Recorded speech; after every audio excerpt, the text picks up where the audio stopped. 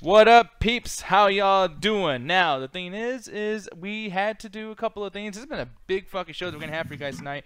I still have to do a little bit more preparation, but that's why we had this little thing called the pre-show. Welcome. How y'all doing today? Look at that fade in. Oh my goodness. Alan, why are you wearing that shirt? What the fuck? You're not wearing Because your shirt. despite popular opinion, I do wear more than like 2 shirts. Alrighty then. I don't know. I'm surprised. Like, look at that bird. The bird's scared. Like, what? That's not you? Not the same green shirt? Yeah, Penelope's mad. She doesn't recognize it. She's like, "Where's the green? Where's the green? No. This is not That's homely." actually why I started only wearing like one, like, because again, if you go way back into the archives when I first just started appearing on the MCA, I wore a different shirt every single time. But what happens is, with animals, you always want to be repetitive with the same stuff so they get used to it. So what I did is I always wore a green shirt because it's what I like green. It's one of my favorite colors, and I had the shirt around and I liked it. So I just kept wearing it over and over, and then by the time I showed up at the MTA, it's like it just became almost a running gag. Yeah. So I just kept it. And when it comes to Alan, there's a lot of gagging and a lot of running. But here's the thing, though. I'm actually going to go really quick. You guys go ahead and talk to the audience, everything. Actually, BBM, I want to say, with my voice over here, dude, welcome back. I haven't seen BBM in a long time, actually. I've been watching his content lately on the YouTubes. He was talking about I forget what the show was, but he was just bullshitting about the Comic-Con trailers, and he was doing one of the season previews or a review or something. I forgot the show. I was just checking out, see what his opinions are, just fuck around. And he actually got some good content. And like I said in the comment section, I respect that Funko Pop collection. He's got a mean one. I saw like thousands of fucking characters. Alan would have a fucking aneurysm looking at Because they suck. And I really love you, quick- BBM, but they suck. And really quick, too, by the way, I just want to let you guys know, we're actually going to do and no one even knows about this, we're going to do a review for the pre-show. This is the first time ever. And that review is Paint Your Wagon. So, the thing is, this movie... I'm joking. Wait, okay, fuck you. I'm out. Oh, man, no, I would not do Get your that ass shit. back here. We watched more terrible shit than that musical. Yeah, we actually have, by I the way. doubt it. We watched Wonder Musicals Woman. hit me worse because not only do the movies tend to suck around them, I hate like just randomly breaking in a song and dance. It's always the worst thing in the world. So it's like I don't want to watch another I musical. know happy people and shit having a good time. You man, fucking assholes. I hate that Singing shit. and dancing and shit that I'm just outta makes here before Alan we mad. I'm out of here before we get into argument. I'll be right back, guys. You guys have fun with the chat and everything. I will talk to you. Speaking of chat, what's up, guys? I hope you guys having a good weekend plan or got something to do. Or are you just going to sit around, just jerk off or play some video games? Whatever you're going to do, I hope it's a great time. Al, you got anything planned for the weekends? Continuing my constant struggle of Kingdom Hearts. I finally beat the first one. So, what's your opinion now that you finally beat it? Oh God, that last boss fight with Ansem is the most grueling boss fight of my life. You had to fight him like 3 times, and then twice as a boat. First of all, it's not Hanson. That's a boy band from the 90s. It's Samson. It's Anson. Ansen. Whatever the fuck his name is. Whatever. Shut up. You were there too. But it was just so, like, it's fine, but it's one thing I realized that this was made for people that are super diehard Disney fans. As much as I do enjoy Disney, and a lot of my favorite Disney properties are in this game, it didn't grab me the way that it would for a super diehard Disney fan. So if they never made a sequel and a new Kingdom Hearts was Kingdom Hearts 2, and that was the sequel, and that's what we saw, I probably wouldn't get it because it just wasn't enough for me.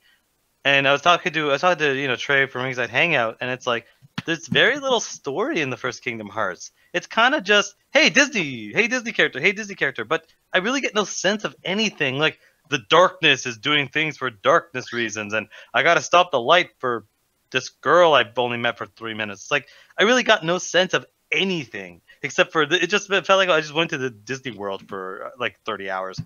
Right. But I still enjoyed myself because the combat was good, the worlds were interesting, some of the boss fights were good, some of the boss fights were terrible, some of the worlds were god awful, but some of the worlds were all right. So I still enjoyed myself, but it didn't get me into that game. So hopefully when I get through the second one, maybe that'll be the one where like, oh okay, I get it now. Right. And that's not how it is. Like, honestly, a lot of first games, when they're trying it out, they have a lot of development issues, especially when they're trying to develop something new, because this is the people that did Final Fantasy, Square Enix. And I don't know if you noticed, but their whole love of turn-based turn-based combat at the Turn-based time was, comedy. yeah, that could be also be done too. You got to let the audience laugh, then you respond back. But, with the game series, it always felt like still. So this was the first time actually trying to give you a combat system where you run around and actually do, big, like, Devil May Cry fighting style hits. And I can't wait till you get to the second one because that one is way more well done. They give you more powerful moves because as the character progresses, he tends to get more and more stronger. And I'm liking that aspect. They're hinting it in number 3 that it's going to be where he's not going to probably be OP, but the monsters that he faces are so much stronger that all these cool powers that seem OP in the previous games actually show the the progression of the character. But speaking of Kingdom Hearts and stuff like that, I actually want to ask you: does this give you any chance that you might want to picture the remakes or purchase the third one? Okay, as of right now, no. As of right now, it's not. It's fine, but it's not good enough for me to put money towards.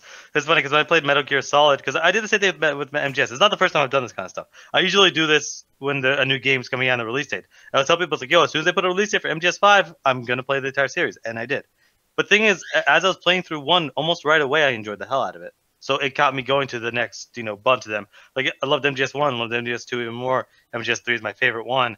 MGS4 is fucking great. And then MGS5 comes out and just basically kicks me in the nuts and go, you wasted your summer, bitch. Yeah, and I like how what Sky Gonzalez, also known as Whiskey Wolf in the Double Toast community, says, until you beat Sephiroth, you haven't beat Kingdom Hearts yet. Fuck and you! I want to hear that shit. Y'all go to hell. I don't want to fucking know that. That's a bullshit. I went through the shitter last night. I went through for 4 hours at 6 in the morning to beat that goddamn game. I don't want to hear any of this shit. You didn't beat it. No. I'm more than sure you went through those 4 hours because you forgot to fucking upgrade your weapons and just play with the most basic items for the whole playthrough. Mister, why I only got 1 Keyblade? What are these items they're giving me? How do I beat this boss?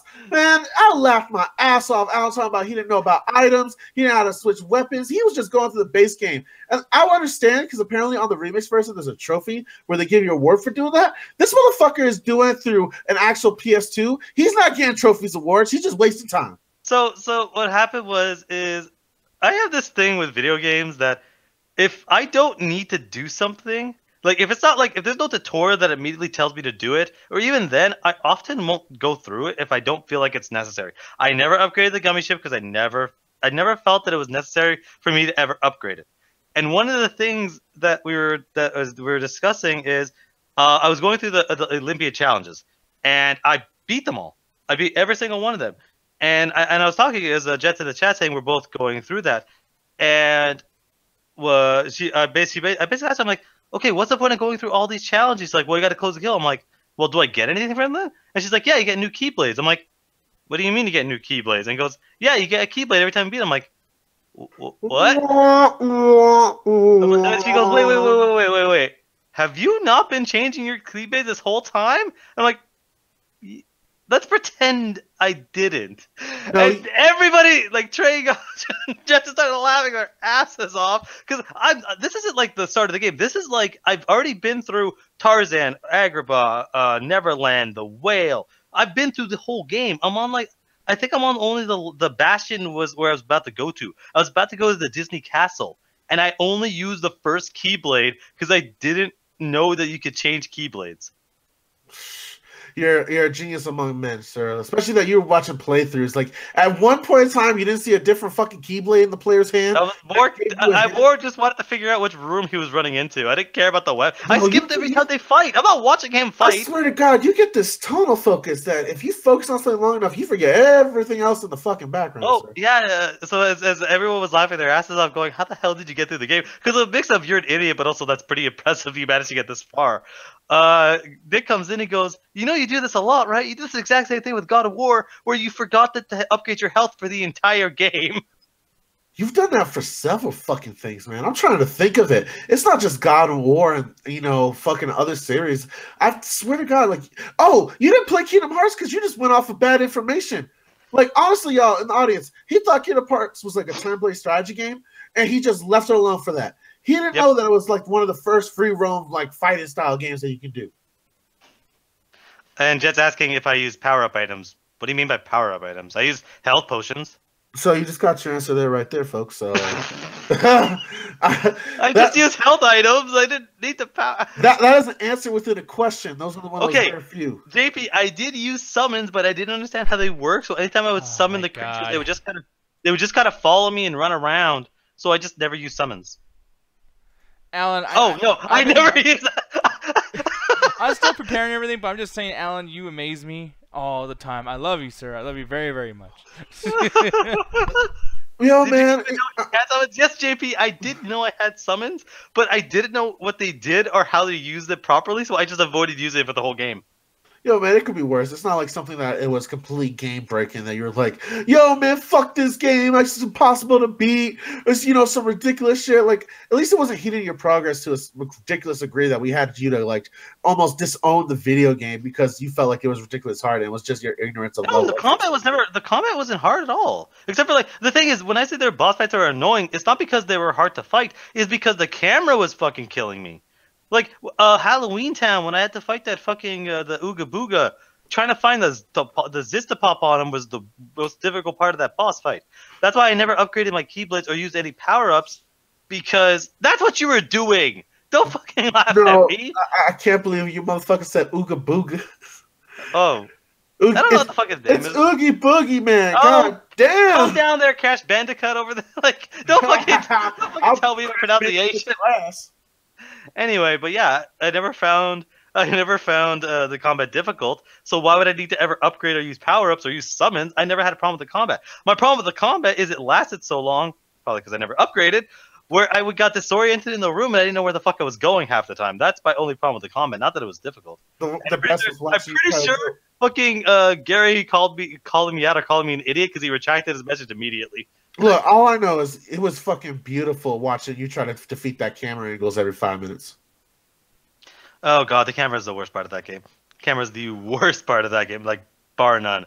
But yeah, no, getting through it, it's like, yeah, I do often have that tunnel vision, tunnel focus. Like, I think, yeah, it was like I said, God of War. I didn't upgrade my health or the boy till like I never upgraded my health for the entire time. Never upgraded that stuff. I didn't upgrade my son's abilities until the last third of the game. Yo, that motherfucker got a name, man. Yeah, it's boy. It's Atreus or some shit like that. Yeah, it's boy. No, it's not. No, it's not. It's boy. I think Dead Space 2. I didn't do this like by accident. I did this on purpose. But I went through the entire game with only the pistol because I played on the second hardest difficulty, and it was so expensive to buy health and ammo that I never bought another gun because I didn't want to sit there and split my ammo. So I just bought as much ammo as I could for the gun, and I bought as much health as I could hold, and just went through the game like that. It wasn't until the last boss where it's like it's impossible to beat the pistol. You cannot beat that final boss with the pistol. There are too many enemies. So I had to go and basically get an assault, like the version of an assault rifle. But yeah, basically with the, like it's weird. I don't do this on purpose. I just kind of just play the game how I feel comfortable. Rojo, he didn't even know this was an RPG. No, he's asking me, is this your first time playing an RPG? No, it's not. Though this game, it's weird. I know it counts as an RPG, but what I consider RPG is something like Mass Effect, where it's like, oh, I get to upgrade my points. I get to that's the more traditional sense. Like this is like the Japanese version where you do little side quests and you get your upgraded weapons. But honestly, it's one of those hollow RPGs. It's not in depth. It upgrades your stats randomly as it sees fit. So it's like. That's why I never went through it or did anything, because it's like, oh, I randomly upgraded my health. I'm like, okay, whatever. Oh, well, I guess so. I'm just going to keep on playing because it has not made any difference so far. And I get you when it comes to that because that's one of the difficulties about like a lot of RPG games. You either get a lot of points too early and you're OP throughout the rest of the game, or it's just the most basic kind of RPG system that it feels like you don't even bother with it because. I'll say this game has a good sense of progression though. Like I definitely felt the last like couple of hours when I was going through the fights. The only reason I was able to go through that is because I was so used to the combat beforehand.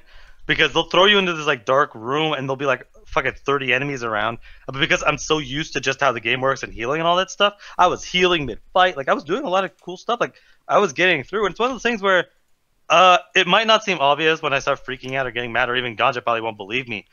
Ooh, but I do have a lot of patience with video games. I have a large amount of patience. It might not come across it when I start screaming and yelling this fucking game. Yeah, wait, hold on. What the fuck? Wait, I'm sorry.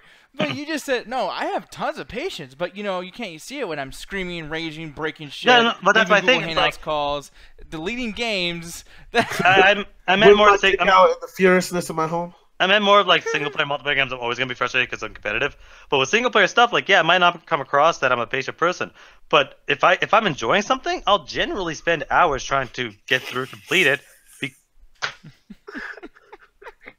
Anyway, I'm dumb over here laugh their asses off. I'm not usually an aggressive person until someone cuts me off on the road, then I gotta kill the motherfucker. No, like, dude, like, honestly, dude, I'm not an angry person, but when people piss me off, I tend to freak the fuck out. I and let punch me people explain in the my face, fucking point.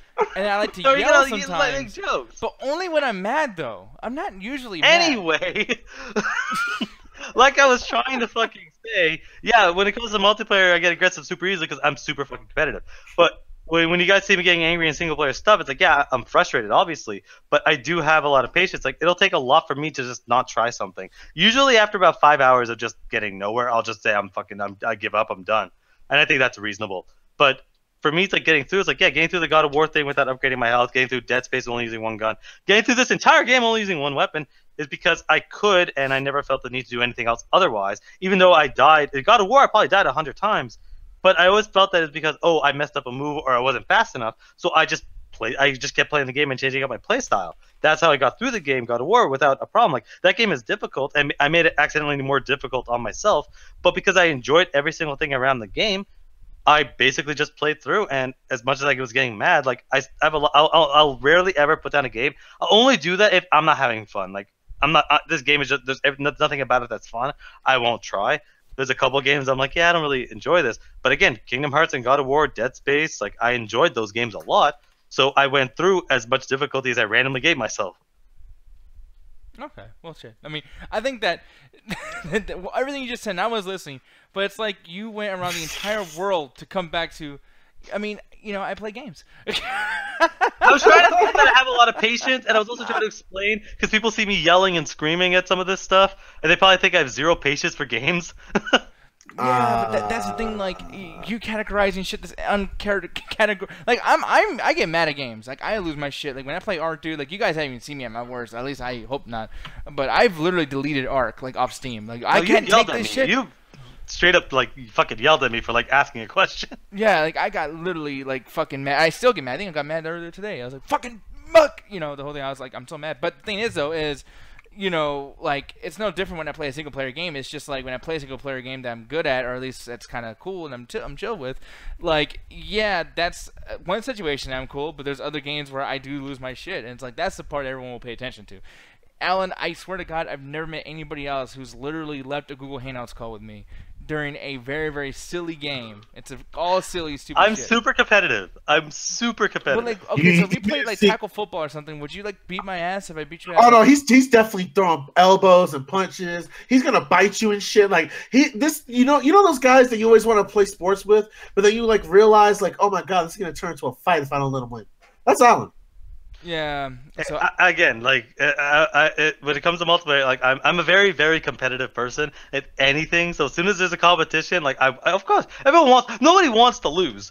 So, like, when me and Gaja did that, that Monopoly fight where I was getting mad at him because he wasn't, like, he basically was actively just doing nothing, like, at his own detriment.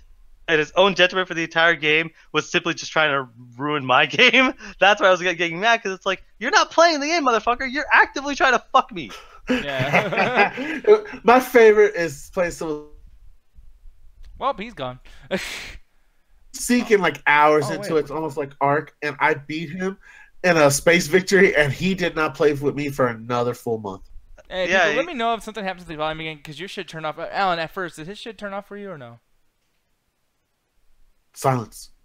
Yeah, well, that doesn't really help at all, Alan. Yeah, like, no. I went to. I thought you were talking to Ganja, so I just went to the stream to. I said Alan and had the camera on you at the same time. All I heard was, "Hey, Ganja, did this sound turn off?" So I went to listen to the stream.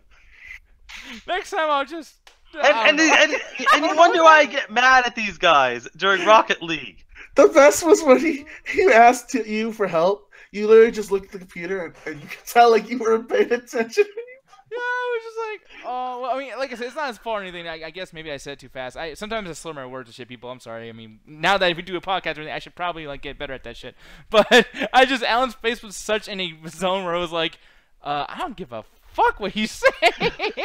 No, I thought you were talking to God. Just I'm like, okay, let you two talk. Let me just quickly do this. I didn't think you were talking to me. I love that shit. You gotta understand is people like I think Jamie's calling me accidental badass. You gotta understand it's less of me being a badass and more of me being an idiot. Mm-hmm. Like I'm kind of stupid. Yeah, I can agree with that. But anyways, people are gonna be getting the fuck out of here with this particular pre-show. Oh, show's over. Nice. Wait, what'd you say? You're not leaving yet, motherfucker. We did a 20-minute show, guys. I know. But yeah, people. So we will, I guess, talk to you in a few minutes. But yeah, thank you all for joining us, and I'll see you in a bit. So just shh, everyone, be quiet.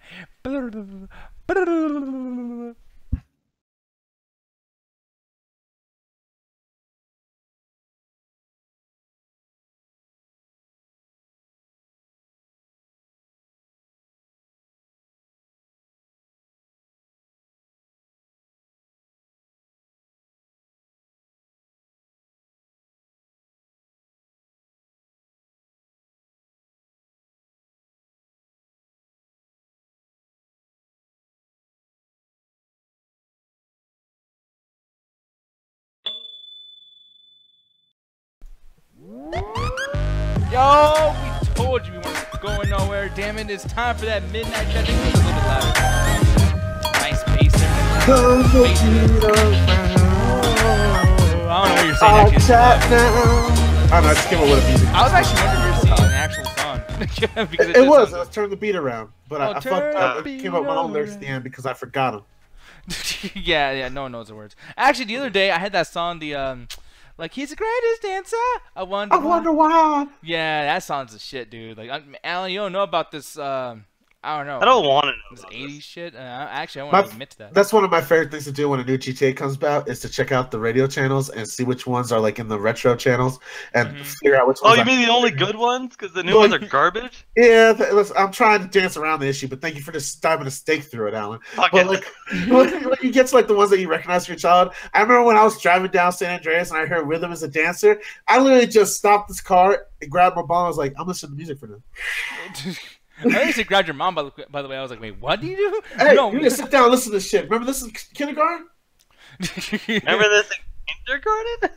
Well, Wow. yeah, because she was, older and I was a little kid at the time. Yeah, because age and years, and they move on to a certain... And that was a Yeah, 90s but song. God's weird, so who knows? Yeah. Like, 9 years before that, he wasn't alive. I'm weird, meanwhile, he's paying his bird like he's plotting an evil invasion of Panama or something. Yeah, that sounds about right. Yeah, but no, people. So we'll probably be talking about music more throughout the show tonight because Cedric said hashtag bring back the bumpers. Yeah. I That know. was I wish I could, man. Oh, that was. Wait, what'd you say? No, that was okay. No, I thought JP said. Never mind. Oh, Hey, how about this, Cedric? You get good at Photoshop and Adobe Flash. You come talk to us, and maybe you can bring back the bumpers yourself. yeah, he said the chat's about to attach, bitch. Yeah, we're gonna attach all over you. But yeah, man. So bumpers, I will be bringing them back. I'm just kind of practicing doing that right now. I do want to have bumpers ready for like a long time and have them actually like not just something to keep you there and just have like I don't know whatever the fuck. Like I'd rather it be really good. So. Once it's something that's really cooked up nice, you guys will get it. But obviously, we have these will begin momentarily things, and it should be fun. I mean, I would like to see people like edit little things together. I know Justin Zarian used to do something for the Oscars, and we used to use it every single year. So yeah, man, make sure to let us know. We can end up doing that. But aside from that, man, we're gonna get right into the show like fast. But before we do that, I need to do a little bit of like advertising for what's about to happen because I got a feeling that this motherfucker in this call, Ganja Guru, this piece of shit, likes a particular movie we're talking about tonight. And then we got somebody that's in the chat right now that feels a certain way about a movie. My anger is like at a fucking like full force. Like I don't even know what the fuck's going on. Cedric, I'm talking about you, man. It's gonna be fun. Flex and Show tonight's gonna be great. If you guys want to get onto the show for Flex and Show, let me know. Send me. And I'm here also. Facebook. Oh, what'd you say? I was gonna say your anger's there, and I'm here also. Oh yeah, and Alan's here also, and that's the thing too. Maybe Alan can pitch in on a couple of these reviews too. Well, not a couple, because obviously you didn't watch Sorry About You, but he'll talk about Friday, because that's the movie that Cedric wants to come on and talk about. Bob in the chat. That's gonna be interesting because, like I said, man, your opinion. I heard rumors of it, and I saw a Facebook post. I don't know what to think. So I like this fucking 3 in the morning. Yeah, exactly. I'm gonna pull your volume up a little bit too, because I can barely hear you. There Really? you go. So, yeah, with that said, though, guys, we're going to get into the show. With that said, Mr. Ganja Guru, last week you guys had a fun old, or not last week, last night, you had a fun old time playing the video game show. What did you guys play last night? We played Crash Bandicoot. If you watched the live stream, I fucked up the name. Are you never gonna pronounce that properly? No, I'm not. I did that on purpose because I want to get people the feeling of what we do on the Untitled Video Game Show on the Facebook page every Friday at 7:30 CST time, where we just have a good time. We discuss video games, play video games, and sometimes we get some arguments and discussions as well. You know, come by, hang out with us. Make sure to like the Facebook page, share it, all that good stuff. And Alan, let them know about that sweet Amino page. Yes, the Amino. If you're already on the Facebook page, means you either got there randomly or you got there through the Amino. But check out the Amino. Basically what it is, that's where we're going to put all the information as far as upcoming shows, MCA Ringside, Untitled Video Game Show, random polls. There's also a 24-hour chat that goes there, mostly yell at my opinions and to set food picks to piss Nick off. Anything I missed, Nick? No, not at all. The only thing that you're going to be missing tonight is we're going to be missing you and your face. And we want to see your face more often, but the thing is that we can't do that if you guys don't follow the rules because then we kick you out and then you're all upset and you're crying by yourself over there in the fucking room in the corner. You're bitching to Corey talking about we don't respect the community and then we get us fired, we can't get no money and all that bullshit. And then I'm over there sucking dick on the corner and then I'm like enjoying it, but like it's kind of like embarrassing. I want to tell my parents, but then it's like, you know what? And you won't be able to laugh at God. And you won't be able to laugh at God. Just clearly looking up the rules right now so he doesn't forget. Yeah. I know his face lit up and everything. Motherfucker, just because I keep a note on me at all times does not mean I don't know the rules, bitch. All right. For example, and you guys should write those down too. Newcomers, join the call first. We're all about those new, fresh smelling faces or those people we haven't seen in a while. Make sure to give us a PM, DM, or a smoke signal. Anyway, you can contact us through either the Facebooks or Double Toasted website. Rule number 2: do not talk over each other.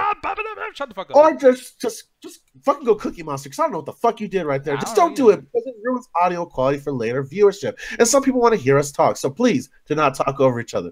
Rule number 3: this is a staple of squeaky clean internet, so keep this in mind during all live streams. Please, no nudity, folks. We want to keep all the goodies inside of the genitalia areas covered, so please don't pull them out because it'll get us kicked off of YouTube.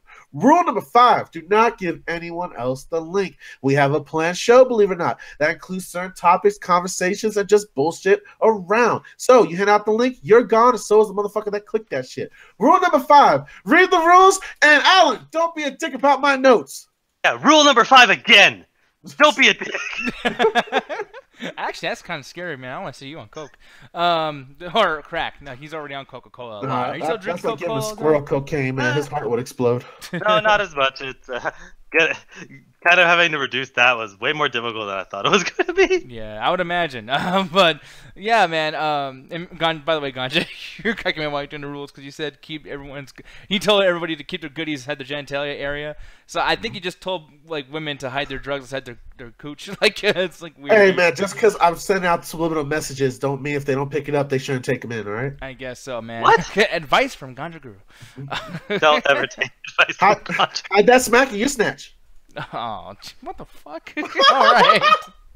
Man, you know, I would say what the fuck more often to the things you say, but I'm kind of used to it. The one thing I'm not used to is seeing these fucking universes for shit that does not deserve a universe, Mr. Ganja Guru. It's bullshit. I know exactly what you're talking about, Mr. Glass, or as I like to call it, Anthony's new movie and the reason he left the MCA. Oh, damn. I never understood why you kept making that joke. They look nothing alike. All right, there's this photo that our great artist and one of my great friends, Yodi, the great Yodi master, who's done a lot of artwork for the Double Toast community. He did a picture of all of us, and in the one Anthony has, he has his hair grown out, and that's before he started shaving it, and he looks just like fucking Mr. Glass. Like all we have to do is just get rid of Samuel Jackson, put that Yodi art over it, and just that's it. You still got the same character. Yeah, I've known Gotcha for a long time. I don't believe your ass. Yeah.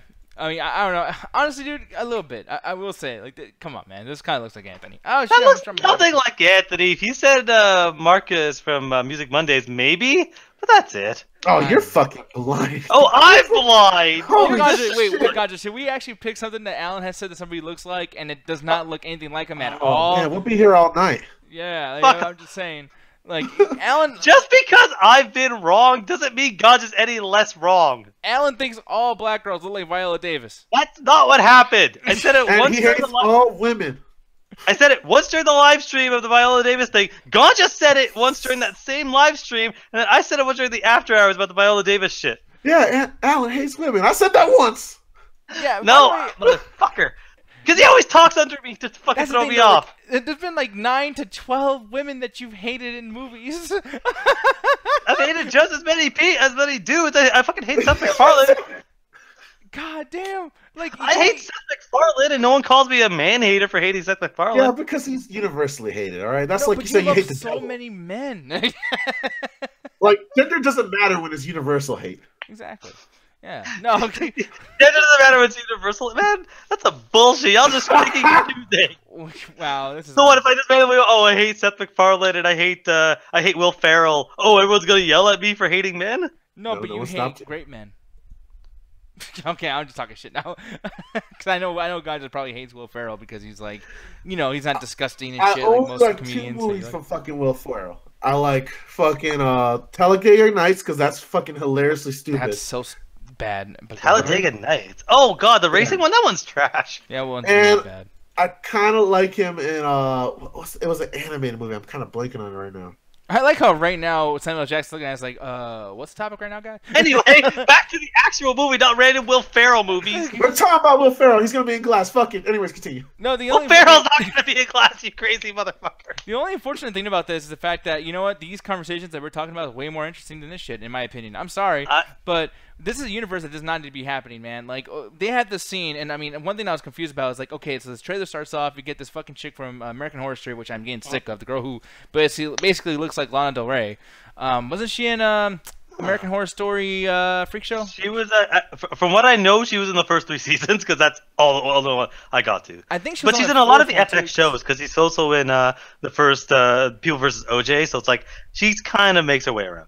Yeah, and she was even like, I think she was on the season of American Horror Story where she has 2 heads, which I was like, okay, man, like you have her on here so often that you hired her twice for the same role to be on. She's good. She's really good in what she does. She's good at playing that weird like I'm supposed to be doing my job, but I'm also scared shitless.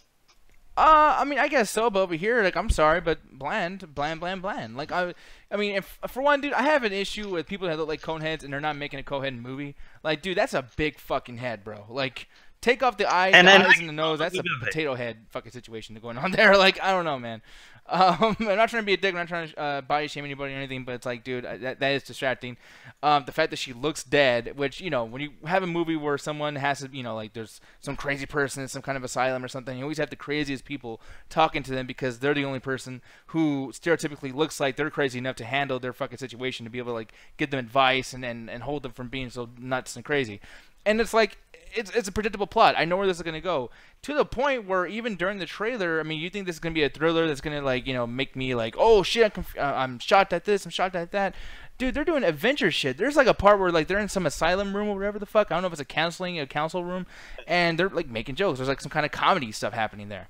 And I'm like, all right. I mean, that's kind of cool. But you do have something here that this could be, like, the one thing that's different from all the others where you don't go the comedy route. Where you do something that's serious, that's kind of creepy, that's kind of scary almost. I disagree. I don't think that there was comedy in there. I think the guy said, haha, nice joke. But I don't think that was, like, a fucking, you know, hey, drop a mic at a comedy club. I actually love this trailer because it does show a lot of gravitas of what's going on. It's trying to do the superhero thing, but it's doing it in a way that's it's not so much a horror movie because I wouldn't classify this as a horror movie, but it is a deep thriller. It's it's very similar in tone to Split and Unbreakable. And I don't care how good The Visit and Split is, I still don't forgive M. Night Shyamalan. This movie has to, if he does 3 good movies in a row, I'll forgive him for Devil, The Happening, After Earth, all the fucking bullshit he's done in his goddamn career. But honestly, with Samuel Jackson's narration, with seeing James McAvoy, because he's one of my favorite actors, seeing Bruce Willis back in the same kind of role, I'm really hyped for this. Everything about this trailer was great to me. Yeah, Sarah Paulson was a little bland, but, like, it's not about her. It's about these 3 people. So when he got them into this weird, like, weirdly lit room, and they're all sitting there, I was like, yo, I'm actually kind of excited for this. What are you going to do with this? And especially the second half of the trailer, when it starts, like, Samuel Jackson basically starts narrating the second half of this trailer. And it's like him describing, it's like, we want the world to know that we're real. We want the world to know that this happens. It's not playing it in, like, the sense he was doing Nick Fury in the Avengers. It's more of a more gravitas, more, like, almost terrifying kind of notion that people like this exist. It's the happening. Yeah. Fuck you! I will never forgive him. I enjoy The Happening, but that movie's god-awful piece of shit written by a fucking idiot. That movie's entertainingly stupid, but I will never forgive him. Unless this movie and that's 3 good movies in a row, then I'll be like, okay, you're forgiven. 3 good movies in a row is enough to forgive somebody. but Jesus Christ. I like how he just hangs M. Night Shamalamadingdong, but like his boy Marky Mark just gets a pass for that movie. No, yeah, exactly. I mean, here's the thing. Marky Mark has made a lot of good movies since. But me personally, I'm on your side, Nick, when it comes to the idea that this is kind of retreading a lot of the superhero aspects that we've seen already. Because there is a shot-to-shot from X-Men Origin, I think, with Wolverine, where I think it's the character from Split is just running across the field like a ravaged animal. He's just doing those weird jumps. That was kind of cool, though. No, man, it reminded me I too found much. it cool. It He's an reminded me animal. too much of Twilight. Yeah, no, you're just fucking crazy, the man. CGI was weird on it. I'm sorry, and like here's the thing, man. I will admit every time that I'm fucking wrong. I was wrong about a lot of things with a lot of comic book movies, but one thing that I was right about, and everyone wanted to argue with me for, but like the Black Panther CGI was fucking terrible. And this, I'm sorry, I can't have Ruthless coming on here and pretty much telling me like, hey man, well this is like an early trailer, so it might not be that bad. No, I'm sorry, CGI when it's bad, we had to call out for being bad. I didn't see a lot of CG in this. I didn't see a lot of CG in this trailer. Like the way he's doing that thing, where, dude, his body, James McAvoy was not fucking running across the field like that, like a goddamn dog or a wolf. And maybe that's the situation there, like that has to do. But like to me, it's like when maybe I'm crazy because I honestly don't notice bad CG unless it's egregiously bad. But like I was watching this, I'm like, okay, that's just James McAvoy running through there. I'm like, if that's CG, then it's like I just didn't notice it, and I was watching full screen and everything. But like even if I took that scene out, a lot of this movie, it's like there's only really one shot where it'd be like, okay, the CG is kind of bad. I think at one point Bruce Willis and James McAvoy are falling through a window. I'm like, yeah, that's kind of whatever. But I'm like, I'm still looking at the rest of this trailer, going, there's a lot of cool stuff, and it's like it's coming out at the right time because the height of superhero stuff. But it's doing it's trying its best to do a realistic take as far as the world and how the world's setting, because it is supposed to be normal world. It's supposed to be our world, but we're seeing a few people with basically like not super extraordinary powers, but extraordinary powers. Because for the Sarah Paulson character, she has no idea that these people are telling the truth. But as an audience member, even if you've never seen Unbreakable, you've at least seen Split. Because then why else are you watching the trailer unless you really like Glass? Well, I haven't seen Split. Okay, so I haven't seen any of these. Yeah. You have not seen? Okay, that's probably why you're not really sure a lot of what's going on. I'm not saying that it's your fault, but like that's actually a perfect example. Like if you've seen either one of those, you kind of get an idea of what the tone this is, because this tone is very similar to the last two. Actually, Nick, I recommend if you like The Visit, go watch Split. It came right after The Visit, so it's like, hey, it's the second movie in a row, and it's a legit good movie. And honestly, I don't like Unbreakable. I think it's too slow and so boring. It is a dry fest even throughout the whole fucking movie. It just never gets interesting, and I just watch it just out of obligation. I don't think that's a particularly good movie, and it's one of the things of like, I don't understand why anyone ever liked M. Night Shyamalan, but again, Split is really, really good. It's legit, like, uncomfortable. Now, I would never call it a horror movie, but it's uncomfortable for the entire runtime. Yeah, I wonder how earlier Ganja was talking about how you you're giving this somewhat of a chance because of the whole Mark Wahlberg thing, and like, giving this like kind of a break or a little bit of a pass. One thing that I'm noticing is everybody else is giving it a pass because of one particular thing that I'm like, oh, okay, I see what the fuck you're doing here. But this still, they're trying to really put. How many times have they said the word superhero in this trailer? They have these little things where they show stills of comic books and everything. And it's like, man, it's Comic-Con, okay? There's all these comic book movies coming out. We're doing whatever we can to, like, really tickle the balls of the fucking nerd. Like, guys, nerds, no, listen, universes, man. Like, oh, God, duh. And, like, we're over here always talking shit about the Dark Universe, and we're talking shit about, the Transformers universe and all this shit. And now because M. Night Shyamaverse is happening, we're like, okay, that's great. No, fuck that. Like, this is stupid. It does not need a fucking universe. And because they're doing this, where they're pretty much mimicking every other trailer we actually had today. Like, I'm telling you, people, this, honestly, to be quite honest, after this review of this trailer, we should just do Flex and Show, because this literally is the whole show. Like, these trailers, because it's a comic book. It's the same shit over and over again. Something called Comic-Con came out, so that might have I kind of get where Nick's coming at, but I think you're focused on the comic book thing. But like, man, I was sitting in the movie theater because earlier today I went to go see, Sorry to Bother You, so we could do our review for Flex and Show. And one of the things that came out to me was Creed 2 was coming out. Mm-hmm. And it's literally a rehash of the second one, but instead it's going to be done in reverse, where it's going to be the son has to kill the enemy of the father's son, and it's just a rehash story, and just using the same characters to get that reference. And I feel like that's kind of what's going on with a lot of these Comic-Con trailers. Yeah, I mean, I agree with that. I mean, at the same time, I am a little like surprised with how you feel about the Creed thing, because I feel like all the Rocky movies are pretty much like a retread of the thing that came before it. But then you get a situation like this, and I'm like, you do have like Split's very, very different. Split is this crazy thing where I don't think anybody was expecting that ending, because I do know how it ends. That's probably the reason why I didn't watch it. But the ending, I don't think anybody was ready for. I think that when it comes to most of M. Night Shyamalan's, the reason why there is like a twist nature of it is because these are twistable movies. This, I honestly, dude, I don't think that this should be a twistable movie. I don't think this should be Shyamalan. I think this is a movie that's like. He'll find a way. But again, that comic thing isn't just random. The entire character of Sam Jackson's character in the first one is he's a comic collector. Like that's his whole thing. So he's always obsessed with comics and stuff.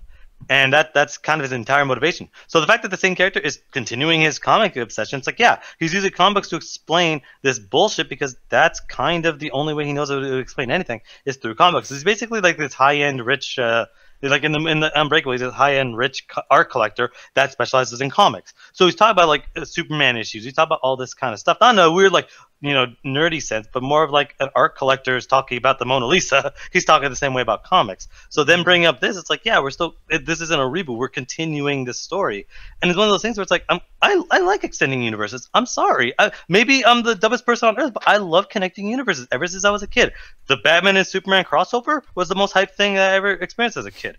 I love seeing two different, heroes or villains in a different world, and you get to connect those worlds, and sometimes you're going to see them fight, or sometimes you get to see them working together. I want the twist of this movie to be some other crazy bullshit that they got to deal with, or maybe something else. Like, I'm super excited for this because I love connecting universes. Yeah, and me, like, I'm not really in a situation where I'm hating on it so much. It's just my problem with this is the fact that it's like, okay, we have all these universes going on. I mean, honestly, movies that come out that are actually really good, now I can't help but like think, okay, this ending's not really the ending. There's more to this. Even if it ends off in a way where it's like, okay, it should be over now. It's like I can't accept that because now you're just trying to get the most of everything. I mean, and I understand that too in a sense too. It's basic mathematics. Like you want to make more money off the same property. I mean, of course, duh. Why would I be complaining about that? But to go on here and you do have something where you don't have to be like Shazam or Aquaman or Justice League or Avengers Infinity War. You can easily do something different where this could be more of a thriller or whatever the fuck. But like, like I said, I'm not saying that they're making a bunch of jokes or anything, but like just the fact that they made that joke and this is supposed to be like the first impression type thing, I guarantee you, and not the next trailer, but the one after that, it's going to be jokes all over the fucking place. I can guarantee you. And I can also guarantee you that this is going to be a bunch of action, a bunch of crazy shit of like, oh, look at the superhero Bruce Willis, who's old, by the way. So it's like, it's more of the same old, like, man, because they used to do movies back in the 80s, they're fucking great superhero dudes, so they can do everything. Like, Arnold was able to change that with Escape Plan and fucking, what's that movie, Maggie? Sylvester Stallone changed things throughout, because these guys know, they have brains, and they know, hey, man, we're fucking old, we can't do that shit anymore. Bruce Willis is like, I'm a superhero. I'm 60 years old. I'm a fucking superhero. Like, fuck you, dude. No, you're not. Yeah, but again, like, I think you're thinking this is going to turn into fucking Die Hard 5, where he's jumping out of windows and shit. It's like, it's not going to be that, because, like, again, like, I got to look at the director of this, and this director does a lot of slow, monotone movies. Like, Split is very, like, it might be like, a prequel, like essentially a prequel to this, but Split isn't some like high octane action movie. There's no action in it actually. When I think about it, like even the climax of the movie, it's just more thriller stuff. So to me, it's like I expect this to have a few fights in it. I don't expect it to be well choreographed. I don't at all. That'd be fucking badass if they were. But I kind of expect this just to be kind of a. I kept about to say this, and I know this is a bad example, but I kind of expect this to be a Freddy versus Jason type thing. Like, that's what I kind of expect from this, where the Beast, James McAvoy's character, is going to basically be just fucking all shit up, and Bruce Willis, being a little older and still doing his super stuff, he has to stop him, and that's all I'm expecting from this movie. Yeah, which would be cool. And Ganja, last word for you, man.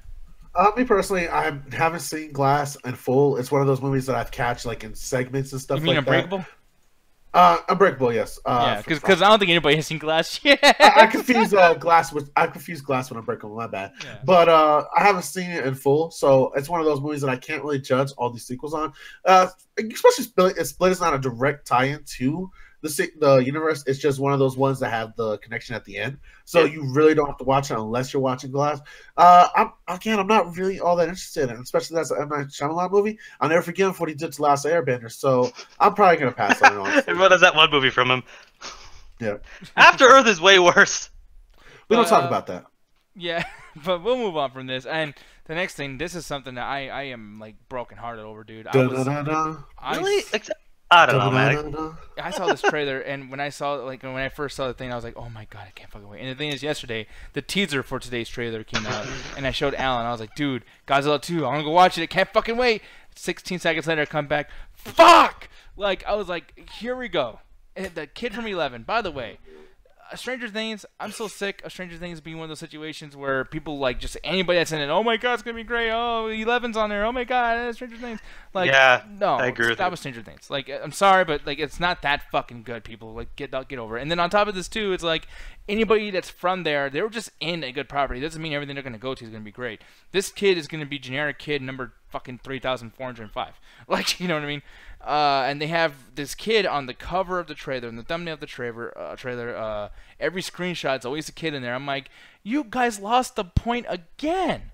The fucking point of the first movie is to see Godzilla. We see his ass, his booty hole, his fucking spikes, his fucking the back of his head, the folds, the whole fucking movie. And then when there's finally a fight, we get a zoom out of a fucking old TV screen so we can see more of his back and the buildings that are just not even being knocked down by him. And then at the very end, we get the fight. And here in this trailer, it was worse than the last trailer, the last fucking movie, because we see even less Godzilla. It's the second movie. There's nothing to build to. We'd seen him fight. And it's like, we see more of that kid and his fucking family. There's a part where they're eating. They're eating dinner at the fucking dinner table. And I'm like, here we go. Like, that's how you're going to make this movie last 2 hours long. I get what you mean, but like, first, I just kind of get sick of the girl from 11. Sorry, the girl from Stranger Things, because I'm like, you're just there, and I don't think you're particularly good. But then she's actually, surprisingly, she won me over in this trailer. When she screamed, like, okay, she's actually believable when she's actually, like, acting. But as far as the actual thing, like, a lot of Godzilla stuff, including the fucking 2014 one, Godzilla, it's more about what the world around Godzilla than Godzilla himself. Because you see that in a lot of movies. Like, Shin Godzilla is a pile of trash, but most of that movie was the government around it. And that's kind of a staple with the Godzilla series. This isn't like a Jason movie where you're seeing the horror movies in America, you know, Jason Fred, all that stuff, where you're seeing the character almost all the time. With Godzilla, it's like you're seeing the destruction, the carnage. But with this, it's like, I'm getting this as a first impression, and this is more of a call everyone in type thing. Because you see Rodan, you see Mothra, you see Ghidorah, and you see Godzilla. I'm excited as hell. The music was awful. I think the music was trash in this fucking holy shit. Yeah, it's like, is this what song did you fucking pick? But the fucking look for all these characters, I didn't think you could make Mothra look cool. Mothra's just a big moth. That is the dumbest fucking design. But seeing Mothra and Rodan, I was like, yo. And I'm waiting for God to make a Penelope joke when we watch this movie, man. But like, there's so much about this that I'm like, they're keeping the same tone as the first one, and I love the first one. I've seen the first one like 3 or 4 times. I love that fucking movie. Yeah, that movie only has one cool fight, but that fight is amazing. Unlike Pacific Rim, which I honestly just don't think is that good. Like, the fight scenes are not that good in the movie, and the world is okay. I was never a huge fan of Pacific Rim 1. But Godzilla, to me, it's like, yeah, it didn't have that much fighting, but it earned every single second that you got, and that's what I liked about this. With this, it's like they're getting a lot of different actors, but I'm liking the different monsters that they're doing, because now it's like a battle royale. Like one of my favorite Godzilla games, Godzilla Monsters Brawl, something like that. It was a GameCube game. I played the shit out of it. But this looks really cool, and I like the design. They're using smoke and cloud to get the silhouettes of the characters instead of just, straight up showing them, because they want to kind of almost save for the movie. But a lot of things, it's like they're showing it from the perspective of a person, and you're just seeing the fucking cloud and the 3 heads. You're like, oh shit! You're seeing Mothra just come out of the water. Like Jurassic World, Fallen Kingdom, and the Brontosaurus that dies in the. That was for like, oh, be sad for this bloodthirsty murderous animal. But that's the thing. These silhouettes. I'm sorry, but you can't win me over with silhouettes anymore. They did this shit with Batman v Superman. They did this shit with these fucking big monster movies. Like, no, fuck silhouettes. Show me the fucking monster now. I'm sick of silhouettes. But they want to get it ready. Nick, like, I know what you were talking about, but this isn't just gonna be like there's a fucking 80 Godzilla movies with just random puppets fighting. Like, this is gonna be something with like what they're doing that is shit was awesome, Gotcha. Fuck you. Yeah, they're trying to build this shit up, and I do like what they're doing, because it shows they're putting a lot of care into this. They don't want to make there's got people out there, well, that's fucking stupid, they should do that. It's like, no, they're trying to make it so that this is actually something that thought just some dumb action movie. Like, the first one, there's a lot of good stuff going on, and I don't think it's a dumb action movie. I think it does a lot of smart things. It does a lot of dumb things. But if you want to sit there and be cynical, well, it's a giant lizard, of course it's stupid. Like, no, they're actually trying to. You can see the effort they're actually trying to do with how the animation of how the birds flying, how King Ghidorah is actually coming out through the silhouettes, through that stuff. Like, they're doing a lot of cool stuff with this, and a lot of stylistic choices that I really anticipated. I can't fucking wait for this movie. Like, this to me is like one of my most anticipated movies of 2019, bar none, because of how much I enjoyed the first one. If this is the same quality as King Kong And Godzilla, this is gonna be my favorite fucking movie that year. This is definitely going to be an IMAX release. You could tell the way they're fuck trying to yeah. shoot the trailer. Like even when before you cut it off, because we got to keep it real with the YouTube guidelines. It showed like the whole like aspect of like the jets around it. So I'm pretty sure that's going to be in a wide frame. To the That's point gonna be the fucking that's gonna be the nut buster right there. Is when he shows up to fight these animals. And I kind of get you, Nick, because that was one of the problems I had a little bit with Godzilla, and I know it was trying to pace up, and I did appreciate it to some degree. But when you kind of watch these movies, you do want to see them fight, and I know the budget is so high nowadays, and they can't do the guys in suits, so we're not gonna get that shit anymore. So like it's one of those things. I think this is what we're gonna have to take until they eventually start making these more and more cheaper to do the whole dramatic effect of just, hey, we're gonna start 20-30 minutes with humans. The rest is this dude just no, they're gonna get fights in this, but again, it's one of those things where they don't want this just to be just monster fight the movie. They want there to be a reason, because what's the one thing we always complain when we're watching, a shitty Jurassic Park sequel? We're watching a shitty movie like San Andreas, for instance, or a disaster movie. What's the number one thing we complain? We complain about this in Transformers. What do we complain about? Man, the fucking humans are so stupid. The fucking humans suck. Exactly. The fucking humans this. The fucking humans that. We understand they have to be there for, like God said, budget concerns, but what do we always complain about? The fucking humans. In Godzilla, except for the main guy that's a bomb disarmer, I like every single fucking person in there. The guy that goes, let them fight is my favorite character. All the army guys are cool because they took the time to actually try to develop it. Yes, this trailer does focus a lot on Eleven's character, or whatever the hell her name is, but I'm glad because it means that when we have to see these people on screen, because they got to, allocate time properly, we're not going to be sitting there going, oh, God, get on with it. Unless you don't give a fuck about just watching a bunch of monsters fighting. And it's like, yeah, there are people like that. I'm not saying Nick is wrong for that, but there are people out there that like that. But the fact that they're trying to focus and actually build these characters is something that I love. So it's like, there's a lot of good stuff in this, and I do can't wait because, like, they're trying their best to make this good. They're trying to make a good movie, not just a monster movie. No, one thing I have an issue with, though, and I'm glad you brought the humans. One thing I can't stand, and this is something that Michael Bay loves to do in movies where, I'll defend Michael Bay because explosions and shit. I will always defend Michael Bay. One thing I cannot stand, aside from the sexuality thing, I forgot about that, but this. When he makes kids, because he wants the kid, every kid that watches shit is like, I wish he was my buddy. I love Godzilla. And it's like, okay, that's one thing for a kid to think that, but when you put that in your movie, like, this fucking kid is like over there, like, looking at Godzilla like, yeah, you got me, bro. And right after this... Yeah, and like right after this, guys, I was like, "Fuck yeah!" He's like screaming. I'm okay, like, come on, man. We know how trailers work. That could be two completely different shots of the movie. Because the first one did that shit, and they do this shit all the time in these fucking movies. Like, look at that shit. That could be two different fucking scenes of the movie. You can't tell me that's one shot. That's not one shot. But that exact shot happens in all the Godzilla movies. But yeah, and in Godzilla 1, yeah, it happens. But it's basically just at the end for 1 second. It's like, it's not a big deal, though. You're making it seem like the whole movie. They're going, and we're friends together. You're arguing over the wrong point. The thing is, Nick, would it be okay if they got Redman for it and they played the music and he just come out crip walk in to fight Ghidorah? Oh, God, no, let's not Pete City fight him. No, but like that's the thing. Is like, and that's the only thing I have an issue with Kong Skull Island with. It's like, dude, it's an animal. Like, can we stop? Like, and that's my main thing about Jurassic World: Fallen Kingdom. Why would the T-Rex help the? Why would I help my food? If I was out in the wilderness, let's just bring this down to humans and just food. Sure. Okay. And something happened, and like I had to go eat a bug, but my bug had another predator trying to fucking mess with it, whatever. So I was like, oh man. I really want to eat that small thing that will totally keep me nourished and everything, but I'm going to make sure to keep it alive and help escape me as well by beating the thing that's trying to fuck it up, but then not eat that. It's like, that's not how the food chain works. A T-Rex is supposed to eat fucking humans. Why would the T-Rex... Godzilla, honestly, have you guys been in a fucking airplane before? Godzilla can't see that little girl or that soldier from the first one. Godzilla can't see shit. He's huge. He's and the only thing is, I'll get what you mean, because like with Jurassic Park, there are animals. They are straight animals. They've been, genetically modified, but they're animals.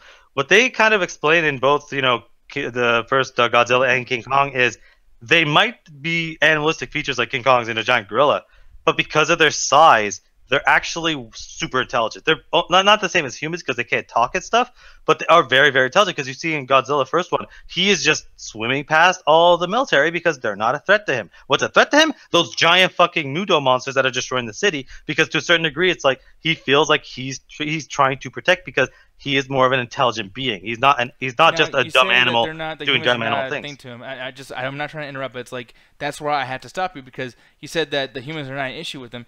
They shoot him with tanks and he goes ow, and he fucking falls up against the bridge because the fucking tank, the battleships are fucking him up. So it's what I meant true because he's getting hurt by the humans. No, sorry. What I meant is like when you first see him in the movie and you're like, well, why does he destroy all those battleships? It's because he's trying to deal with the actual threat. He's not looking at the humans going, well, I got to destroy all humans because they're my threat. It's like, no, he's for the most part trying to either protect the city or protect the world from these guys that are these other monsters that'll cause a problem. He is a protector that we've seen in this. So we don't know what the hell the story between, the other three are. They're probably the monsters that he has to fight and kill. He's not going to sit there and have a conversation at the UN summit. He's going to kill the bad monsters because for him, he's a protector. And yeah, the humans can hurt him. I didn't mean to say that they're not able to hurt him. What I'm saying is he doesn't look at them and call them a threat or a predator. He looks at them as someone almost like a mother hawk protecting her children. It's like that mother hawk will fuck you up if you try to go near her kids.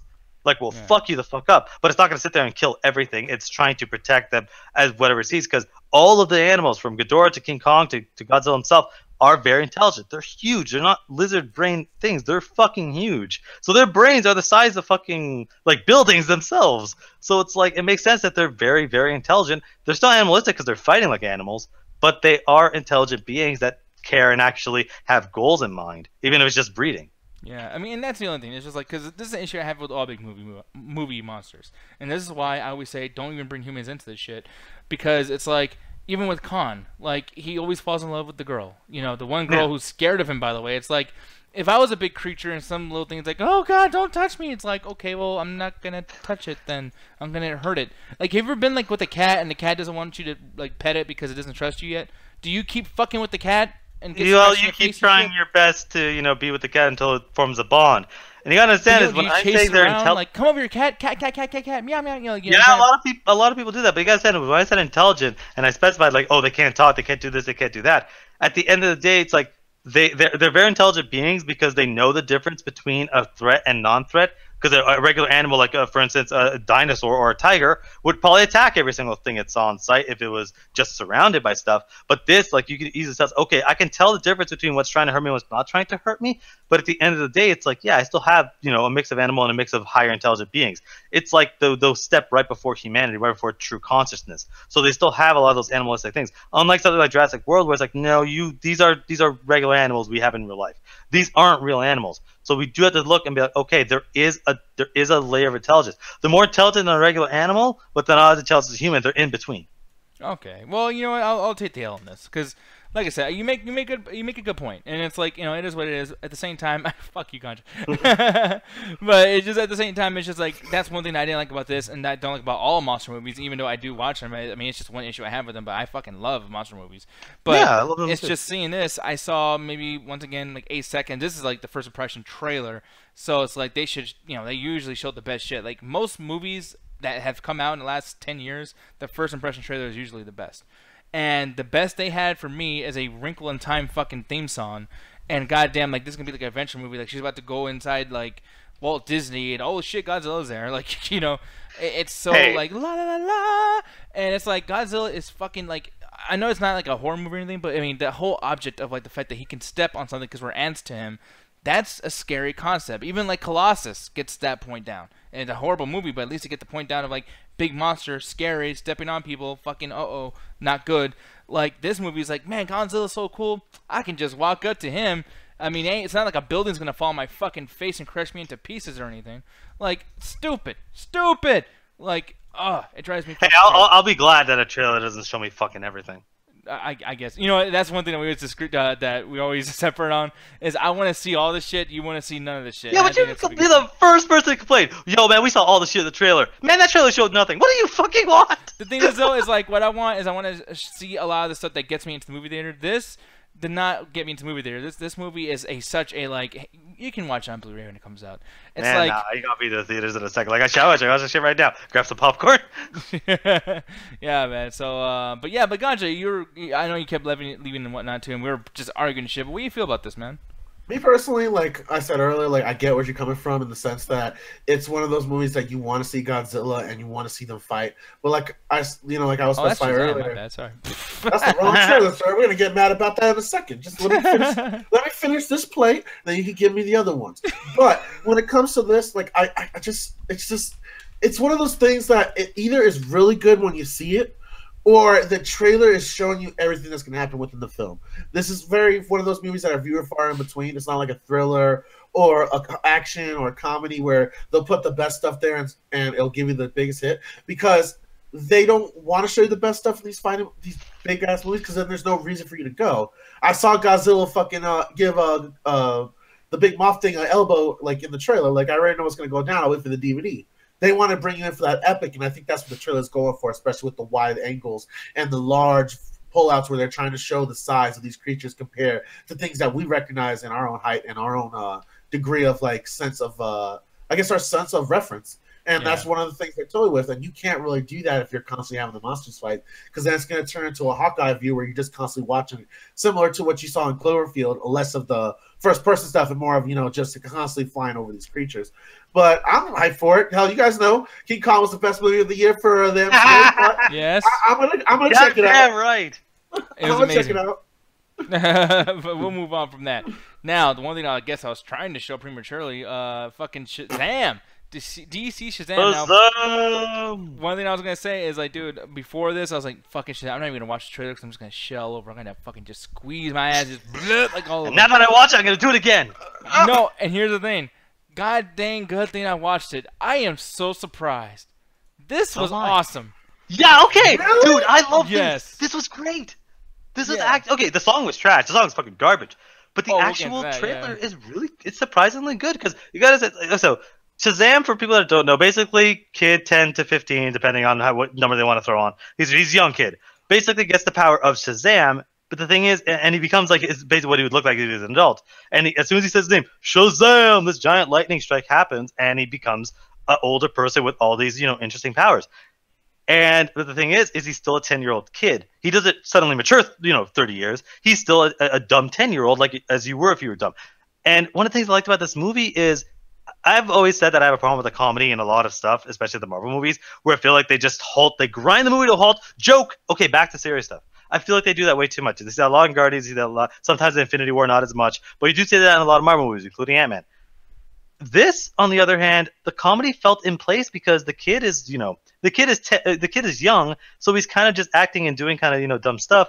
But it always feels like within the realm of him being a kid. Like, I love the thing when it's like, oh shit, you got powers? Like, yeah, what did he do? It's like, shit, I don't know, because that reminded me when I was a kid watching superhero stuff going, I wish I was a superhero. And then the scientist was like, well, the first thing I would do is like, yeah, I would sit there and try to do experiments and shit. Yeah, I wouldn't have a camera because I was, in the 90s. But like, yeah, I'll fucking go get a camera, right up to I can punch through walls. I can punch through walls, badass. Like, I would be doing that shit too. And it felt like the tone was consistent throughout the whole movie.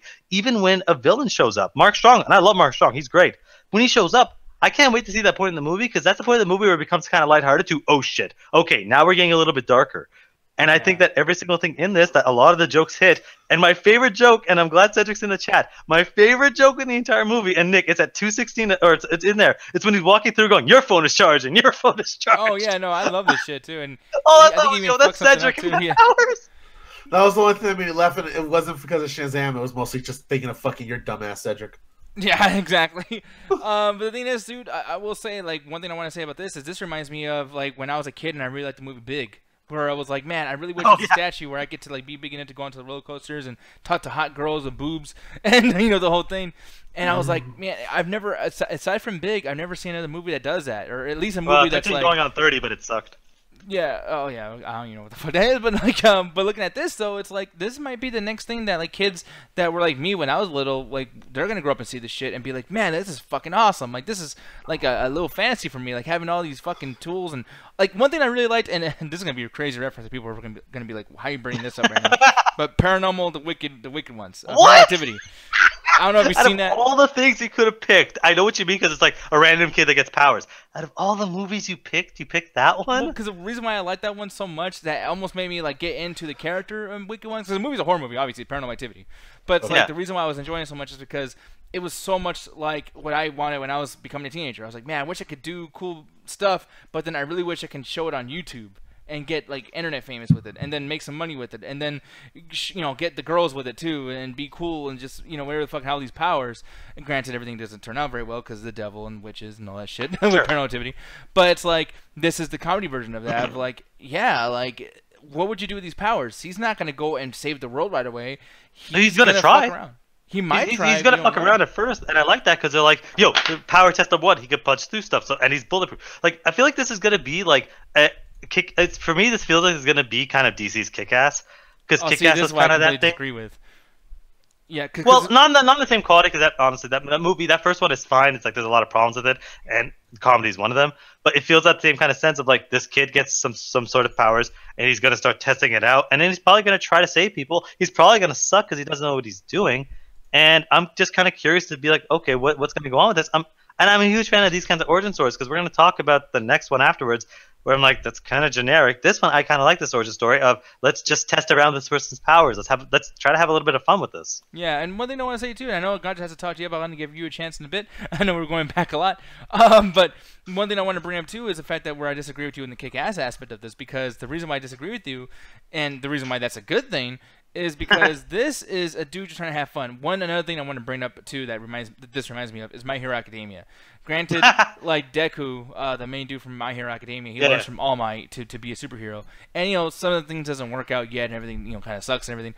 But at the same time, like I think he just wants the powers to an extent. I mean, I haven't gotten far enough in the show where he's actually saving the world like a lot. I know there's something where they get invaded and he's going through a bunch of shit in that sense. Yeah. But for the most part, it's just he worships like All Might. He's like, it's like being a wrestling fan and wanting to meet Hulk Hogan or John Cena. It's like, oh my god, fuck, I love All Might. So I thought this was kind of like this. I mean, they even talk about superheroes in here by name, which is great because it's DC, so you're able to like say shit by name instead of allude to it. Like oh man, like he's looking at a newspaper and it says Superman does this and that. And then Batman. I think they show the Joker, or I'm crazy. I don't know if I saw that. Yeah, so I thought that was pretty cool too. And it's like this reminds me just like My Hero Academia to the point of like, I really hope that this isn't a situation like where he has to save the world for some shit. Like Spider-Man Homecoming was cool when he was enjoying the powers, and then he had to get all like, I gotta save the world at the end of it. And I'm like, okay, stop trying to. I hope he doesn't, but when you see Mark Strong's character in, that's clearly the villain. I hope it's just something like where it's a little bit smaller scale, where he's just saving his city. I hope it's not a world-saving thing, but he does have incredible power. I'd rather just be like, yeah, Mark Strong is just a super-powered villain, and he's saving a city. Because I'm okay with the saving the city thing, because that makes sense. Every hero in the DC universe. Okay, the thing about Marvel is almost half their roster is New York. So it's like that's crazy. But with DC, every hero has their own city. Batman has Gotham. Superman has Metropolis. Flash has Central City. Arrow has Star City. Supergirl has oh god, I can't remember the fuck Supergirl is, but it doesn't matter. I hope that this situation where Shazam, whatever city he's in, and he gets to learn his own, he gets to basically be the savior of his own city. Because one of my favorite things is, and this is for the people that are a fan of Young Justice, Shazam is a member in season 2, and basically what he is, he's kind of the shepherd because they want to be part of the Avengers, the Young Justice people, but they're too young. So what it is, they're in a award program where it's like, hey, you deal with us on some stuff, we'll deal with the big stuff, but you'll basically be a secret Black Ops group. Until you're old enough to join the Avengers. So what they get is they get a chaperone, and the chaperone is Shazam. The thing is, nobody knows that he's a 10-year-old kid. They just think he's kind of an idiot. So it's his secret that he's 10 years old. So Batman is like, so there's a situation where he gets caught, and Batman and the rest of Justice League are going, did we seriously have a 10-year-old as part of the Justice League? Oh my god, they're almost face-palming going, yeah, we fucked up real bad. Like, we had a 10-year-old as a main member of the Justice League. Like, and I hope they keep that up. I hope that he keeps his identity, because I can't wait to see the next Justice League movie. And Shazam is there, and Batman's like giving him orders, and then he goes, Shazam's like, oh god, I'm giving orders to a 10-year-old. God damn it. Yeah, and it'd be a cool, funny joke, and I like that. I mean, these do need more comedy. I think that they did bring some of it in Justice League. I didn't think it was the best thing when they did that, but then again, you gotta realize there's two different movies happening at the same time, with one being with Zack Snyder and one being with Joss Whedon. So it is what it is. But yeah, man, Ganja, you like silly shit all the time. I mean, what do you feel about this dude? No, he likes gross comedy about sex. He doesn't like real comedy. Okay, Alan, Mr. The Office, let's laugh at a stapler joke. Yeah, let's laugh at actually, the funny of real life. Oh no, that guy's getting raped. Ha The ha ha. funny of real life. The funny of real life, gotcha. Yeah. This is type of motherfucker that laughs at what crosses the chicken jokes and I shit. might be But the fun anyways, police, but you're the comedy police. you damn right. Here's my PD officers. I'm gonna check this fucking movie, and yes, there's violations all over the place. Man, this is just a repeat of the fucking superhero movies genre. Oh man, I was not excited at all when I watched the trailer. Yeah, there's some things that I thought was funny dialogue, but that's comedy. I'm a comedy whore. I'm gonna laugh at that shit. But like when I was actually watching the trailer, it was following so many things beat to beat that I would get out of these origin stories that I wasn't thrilled at all for Shazam. And it's one of the things that kind of sucks because I did like the hero from the Young Justice series, the stuff that I did catch from watching with Alan in the 90s.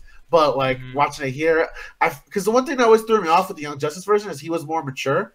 And Sky kind of brought it up. The character seems more childish when he becomes an adult, and the kid is way more serious, almost like a little Batman from the fucking Gotham series. And that kind of throws me off a little bit because he's supposed to be like, yeah, I'm a superhero now, so I'm a little bit mature, but I still have a kid at heart. But the kid is supposed to be a legit kid, and I wasn't getting that vibe from this until like he became Shazam, and then I'm like, okay, so is this going to be Man-Child the movie? And then the dance move of Fortnite that turned me off real quick.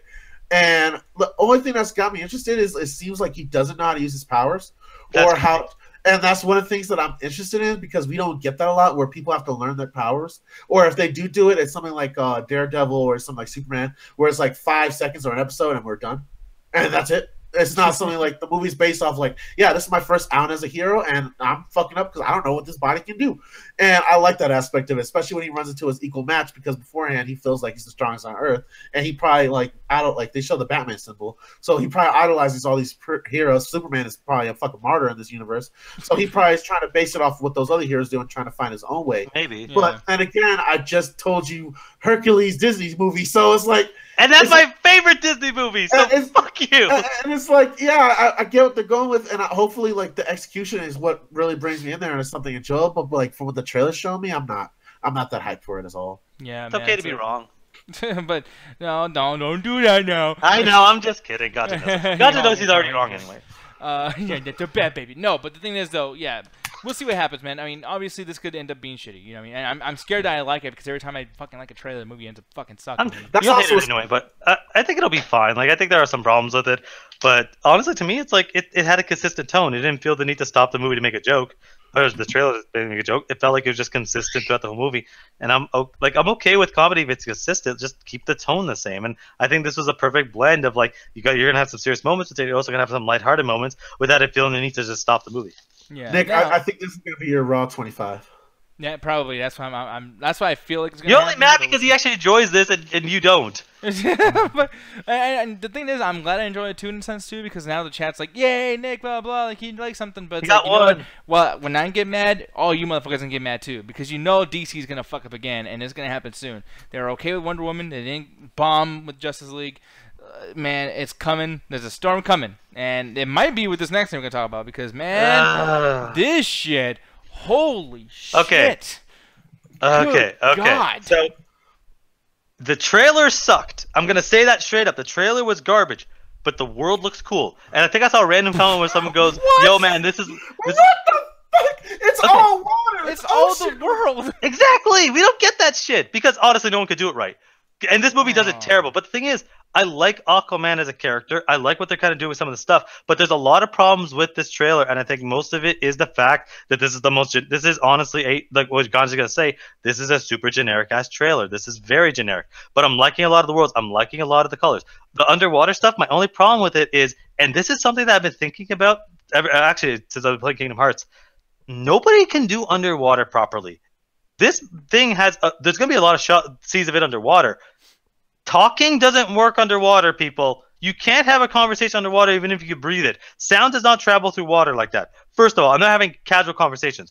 What they got away with in the Justice League Animated TV show is everyone has telepathy. That was a power of the Atlanteans. They had telepathy so they could talk to fish and to people, so it explained all of their powers. They're probably going to have some version of that. And also, you can't move around like this underwater. They're moving around like this is like almost a SpongeBob situation where they just forget they're underwater, except for a few scenes when they're doing like an attack and a slice. And yeah, we're not talking much about this trailer, but honestly, it's a generic ass trailer. There's not much to talk about. It's Aquaman. It's Wonder Woman for Aquaman. It's gonna be getting. This whole thing changed when you literally like. Here's the thing that like drives me because there wasn't nothing to say about it. It was gonna be like, hey, this sucks, blah, blah, blah, whatever. But like the things that you're talking about, I actually almost had to defend it. Yeah. We're in a series. The motherfucker inside the trailer throws a sword and an axe or like a pitchfork thing, and it just shoots like a bullet, like it's in that Korn video, Freaking Unleashed. You're just going through walls. Yeah, and that's cool. That's really cool. But when people are walking or people are talking, and the water physics just don't happen. That's the least stupid of all the insane, stupid, dumb, fucking. No, but that's the problem with underwater stuff. Okay, in Batman v Superman, when they show the underwater stuff, he's moving slow and sluggish because he's underwater, and then when his hair is all weird and crazy, because again, he's underwater, and then when he flies off, it does the whole cone thing, because again, once again, underwater. With this, they forget he's underwater, and it's like, that's always my biggest problem with this stuff. Like, that looks cool. That's what I'm saying. The world looks cool, and that's a good comparison that this is DC's Wakanda, because it's this weird... Oh, no. No, I mean just how the world looks, a weird futuristic world. No, like that's all I mean. And don't you assault Black Panther? The CGI was incredible. Don't assault Black Panther CGI. Didn't we do that 20 minutes ago? Yeah, but it's way better than what we're seeing here. The world they're building, the Wakanda world can actually be real. That's why I relate to people this shit. I mean, I'm gonna show you this really quick. We're watching Aquaman and AKA fucking Finding Nemo 4. Like, what's up with that? Dude, and that looks cool. Water. Like to a certain degree, like I do kind of like that because again, you nailed it. It reminds me of a Pixar movie. It reminds me of Finding Nemo. But a lot of the other stuff is when they had the Coliseum fight, and it's like people. Actually, Julian has a point. This actually looks just like This reminds me a lot of BioShock. But one of my things is that it doesn't. When people are talking and moving, and I'm sure you could show that near the end of the trailer. It never feels like they're underwater. It feels like they'll have a few bubbles, but it never feels like they're underwater. And that's something that's like, it's not going to stop me from watching the movie, but it's something in my head where it's like, you can never make a live action underwater movie because I just really think it'd be impossible to make it look like it's underwater. Yeah. I really do 100% believe that, and this proves it. Because, like, they have a lot of fucking money, so it's not like it's too expensive. Like, DC's stupid. They'll throw $1 billion at a fucking failure, but they'll still put money into it. They'll still do it. So it's not. This isn't a cheap movie. I bet this movie is like $200 million at least. But it's something that personally bugs me, and it's like I think it bugs me both as someone that loves the Justice League and as a scientist, because you see the Justice League stuff and they do that. They do a mix of like, because the Atlanteans can still breathe air. So when you watch the Justice League, the inside places are generally don't have that much water. It's the outside city where you see people swimming, and it's like driving a car. So they're not really outside talking in the water. So they are able to get away with that stuff. But this, they're having full conversations while underwater, and it's like, no, this just doesn't work for me. It rubs me the wrong way. No, but the thing is, other stuff has done this better, and it makes more sense. About things that do better make more sense. Because here's the thing. Here's something that we don't have too much context for because we just saw the trailer for Shazam. They do literally, and now I'm at a point now where it's like I've already done this with movies with Marvel to Marvel, but now I gotta do it with DC to DC, and I'm almost like we should actually do something after ours where we play 8 trailers at the same time and see how they work. Cause watch this shit, y'all. I'm not joking around. It's very similar. Yeah, this shit over here, it's an underwater SeaWorld thing. What the fuck are they bullying this kid for? Oh my God! Are you serious? Oh. Yeah. Hey, Alan, you remember that scene in Harry Potter when he gets the powers and he can talk to the snake? Yeah, it's almost like everyone seems to be redoing the same fucking scenes over. Yeah, but again, a lot of the origin stuff, that happens. But again, like again, we have literally, exact kind of scenes and shit like that. But again, I'm looking for what else are they gonna do? What else are they gonna do with this movie? That's what I'm saying. This trailer is whack. This trailer honestly sucks. I was watching this going, fuck you. I'm gonna watch this because the visuals you're showing me is cool. The fucking trailer, the way you cut it up with with the redhead there that never gets a name. I don't know what the fuck her name is. That's supposed to be his wife. Just randomly giving the most Miss Generic. Yeah. Fuck it, because every line of dialogue she has is some generic stuff. And it's like she does it fine. She's a fine actress for the movie, but I feel like a lot of their dialogue is just like, well, you gotta choose, or because you're different, you get to be better. It's like.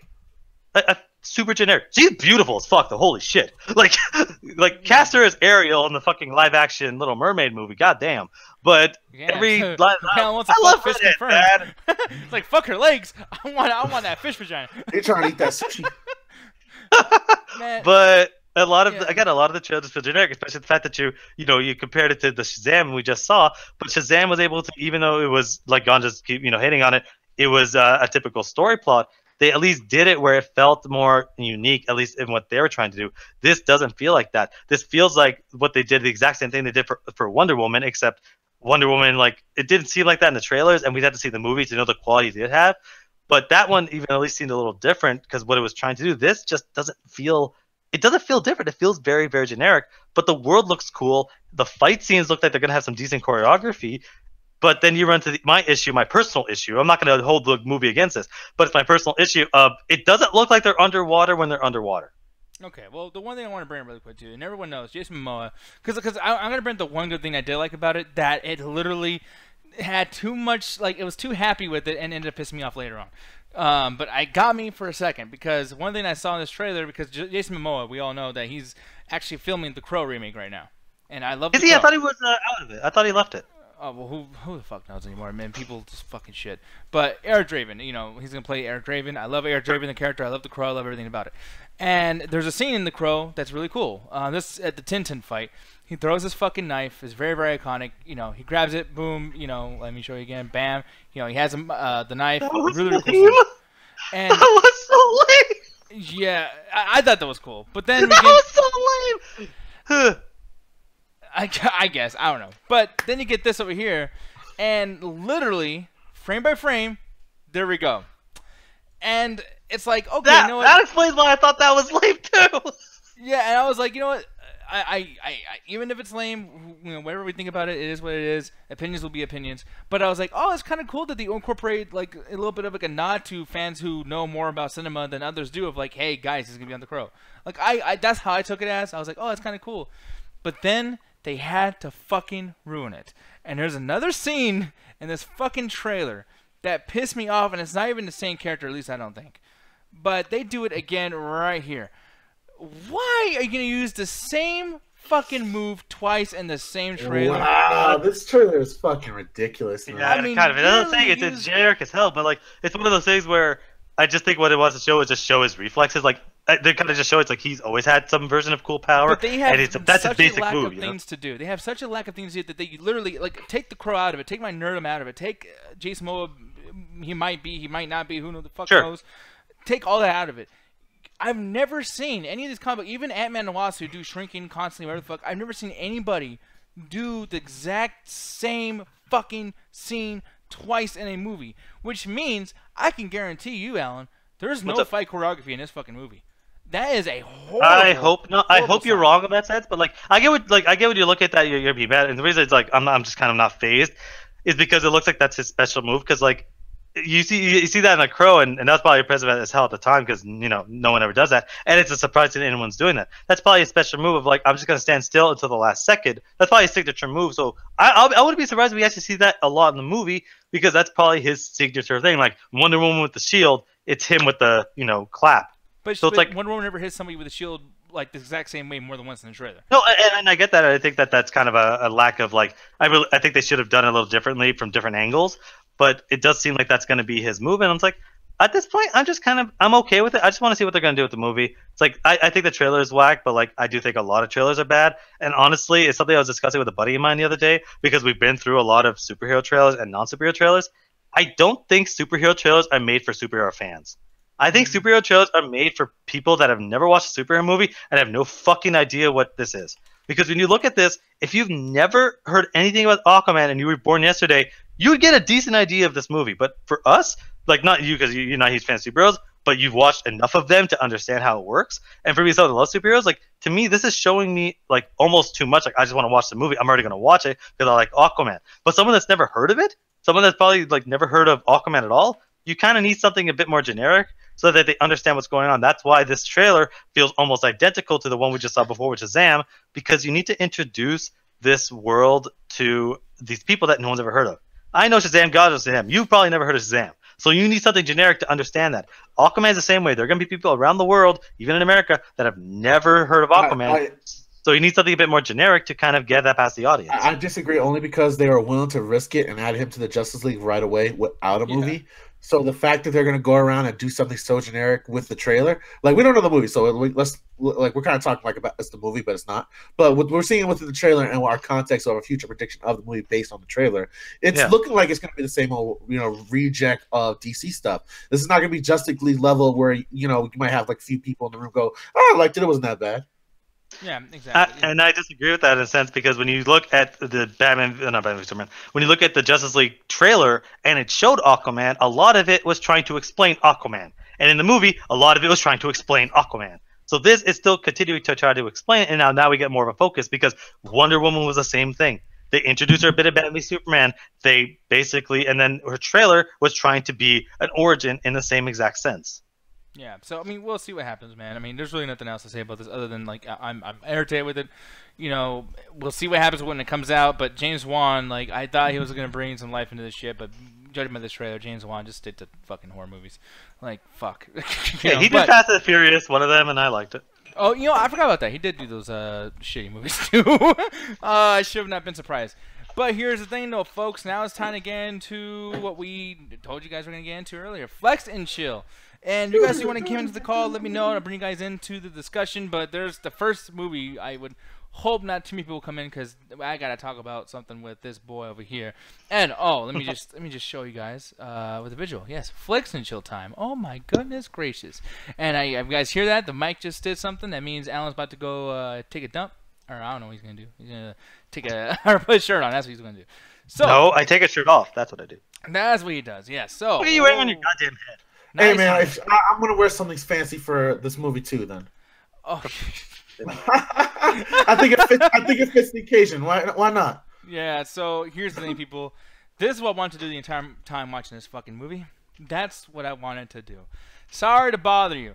Oh, it bothered the fuck out of me, and I do not accept the apology. It did apologize, so it works out. I am so fucking mad. It was gonna make you mad, Nick. So it just told you ahead of time. Don't be too mad. Okay. The thing is, man, and I'm going to just tell you guys right now, too, this review is going to be completely full of spoilers. So if you guys don't want to miss this or you guys want to go see a movie, do not watch our particular review of this because we're going to spoil the fuck out of it because we need to. And starting off, I have to say, I still don't have any idea how to even feel about this movie. Like, I don't know if I hate it, despise it. I don't know if I kind of admire it. It's nothing else is like it, so I still, even during this review, I'm going to be figuring out why I'm even going to get it because I don't know how the fuck I feel about it. But I do have a lot of anger and frustration over this shit, and I mean, I guess one attempt to see what the movie's about is to pretty much tell you that the movie's about telemarketing, capitalism. It's, I guess, racism to an extent. It's technically about racism, gender roles, racial roles, and the main thing for me, the sole opinion of my own, I feel like this movie is definitely racist against white people. I think white people are, the whole process of this fucking movie is white people talk this way, they rule this way, they act this way, they feel this way. Evil, evil, evil, fuck whitey, blah, blah, blah, the whole thing. And Ganja, I don't know if you feel that way. No, I think you're completely wrong, honestly. Yeah, so and explain to me how so, because I mean, okay, we had to get into it in that sense, but go ahead. All right, in order for me to get because I don't want to put words in your mouth and stuff, so describe to me the stuff that you caught that was racist, and then I'll respond to that. Okay, because one thing I will say is the movie starts off with your main character, Cassius Clay. What's his name? Cassius Clay, you got it. Yeah, Cassius Clay, and he's trying to get he's at the telemarketing job, and it's this really overexcited, angry fucking boss dude that's giving the interview, just being completely negligent over everything the dude's saying. Like, hey, here's my trophy, here's my this, I do this, I'm good at this, and the guy's like, oh, you don't do shit, you stole this thing from me, which I took it as because we never. By the way, that whole storyline of what they're bringing up there about him stealing and him doing this and his brother finds some fucked up way to get him in there, that's never explained for 2 hours. Never explained. So it's like, okay, you basically are just saying this because he's black. And that's what I thought in that sense. And then when they go into a point of where he starts turning evil, talking about telemarketing and caring all about money and capitalism, they always have a white face on it. And they have to even use, and they literally call it this, the white voice. To the point where, and the voice actors is David Cross and Patton Oswalt. And they both literally fucking have a voice. I'm sorry. Bush just quoted something in the movie. No, yeah, and Bush, there's a part where they say ninja shit, ninja shit, ninja shit. And then they show just white people on the frame. And I'm not saying the N-word, I'm saying ninja. But you guys, put the puzzle together. And I was waiting for you to fuck up after that last ninja. And Alan, that's already bad, What's right? up? This fucking scene, dude, goes on for 2 minutes and 20 seconds. 2 minutes and 20 seconds. Ninja shit, ninja shit, ninja shit. And then he puts the mic out to the crowd and he go, ninja shit, ninja shit, ninja shit. And before that, before they get into the whole white people trying to say the N-word as many times as they can in one fucking movie, a whole group of them, a whole crowd. Before that, they had this main dude who, by the way, I'm going to refer to him as Julian because he's literally Julian. I'm sorry, Julian. But this dude's literally like, you're black, rap, dude. Don't you have any stories about like dodging bullets and shit in the ghetto? Come on, bro. You're black, rap, Look, motherfucker, rap. Come on. And I get why that could kind of be just like, that's kind of weird. What was this movie said? Is it the 80s or 90s? No, it's said now. Really? Yeah. Okay, because if that was like 80s thing, I can get that because like people were kind of just like that. The stereotypes were way more alive back then. But nowadays, it's like you still kind of have that, but like not as overt. At least not in a lot of places. Like there's different hotspots where that kind of stuff happens. I think that like I get why that scene's in there. If you're right, that's on as long as it is. My first thought was like, yeah, you can cut that in half, and I think you still get the same fucking like message. Yeah, and then even other parts as far as racism goes. Against white people, and then and the thing is, when they do that shit, I mean, I feel like obviously these characters are being racist against black people, but it's to a point where the story doesn't make enough sense. Where I'm just like, okay, now you're just trying to villainize white people for no fucking reason. Because I'm telling you, I've seen many white people in my life. I've never seen a whole entire concert crowd, a house full of them. I mean, the whole living room, the whole fucking thing in the first floor is full of white people, and they're saying ninja shit, ninja shit, ninja shit to a black dude. For fucking 2 minutes. Oh, you obviously haven't seen a hip hop concert that took place in Montana. Oh yeah, Or haven't been to Montana. Yeah, yeah, exactly. But that's the thing, and it's crazy. I mean, there's so much shit. I mean, I'm probably forgetting something, but there's a lot more racism shit in there too. But like so far, just that little bit, because there's more. But like just that little bit. Do you see what I'm saying with the racism? I disagree because one of the things is the first thing I'm going to talk about is the white voice. That was one thing that I thought was going to be used in the terms of trying to make fun of white people. But one of the things is exchange of dialogue with Donald Glover is he's talking about, yeah, don't do that extreme nasally white voice. That's cartoon white. That's not what we're doing here. You got to do that white that they believe in, that white that they see on TV. So basically what he was saying is the white voice is also a character of an extreme version, a stereotype of white people, but it's the one that they want to see of themselves. It's like the howdy doody Dick Van Dyke guy, the one that's always nice and shit, that goes to the neighborhood and like, I'm your buddy and shit. That's who they're trying to portray. So it's not in a racial aspect, it's trying to get white people for what they really look up to and what they think is the best type of representative for people and trying to sell products. And they always go to, Mr. Rogers, who they think is, the pinnacle of the great white, happy white man. And yeah, that's or what I sound like. Yeah, well, not really, because you sound angry. But like they and you sound like your bills ain't all paid. So like shit, they are, and I gotta pay my phone bill next week. So like one of the things is like that's one of the aspects that I liked about it, because it was telling them like, no, we're not making fun of white people. We're selling the same dream that they sell us with the same bullshit. And that's what we got to do with our white voice. And that's basically what it shows them. And I think with that, it's showing that like it's not a race thing. It's that we all look up for like the higher, the keeping up with the Johnsons, keeping up with the Smiths, that kind of shit. Whereas as long as I can portray somebody that's doing good and he's this also same skill as color me, I can sell him a product that doesn't matter, even though I'm selling him shit that he don't need or he doesn't want, or it's a real inconvenient time, like they did with the scene where the mom had her husband passed away and he just kept trying to sell the calendar. That was one of the aspects of it. And the scene that you were talking about when they go back to the guy's mansion, I don't see Julian, but I see what the character's trying to play. It's another stereotype version. He's basically an extreme version of Elon Musk and the guy that runs Jeff Bezos from Amazon. Yeah. Because Elon Musk, I don't know if you noticed, he had kind of a weird accent sometimes throughout the dialogue, and that's what Elon Musk has. He has that weird South African accent that almost sounds British, but also sounds a little German, so it confuses your ears. And that's what trying to do. I think it was trying to be an extreme version of those guys, and those guys are fucking crazy when you hear their plans and how they treat their workers. So I figured that's what the character was trying to play.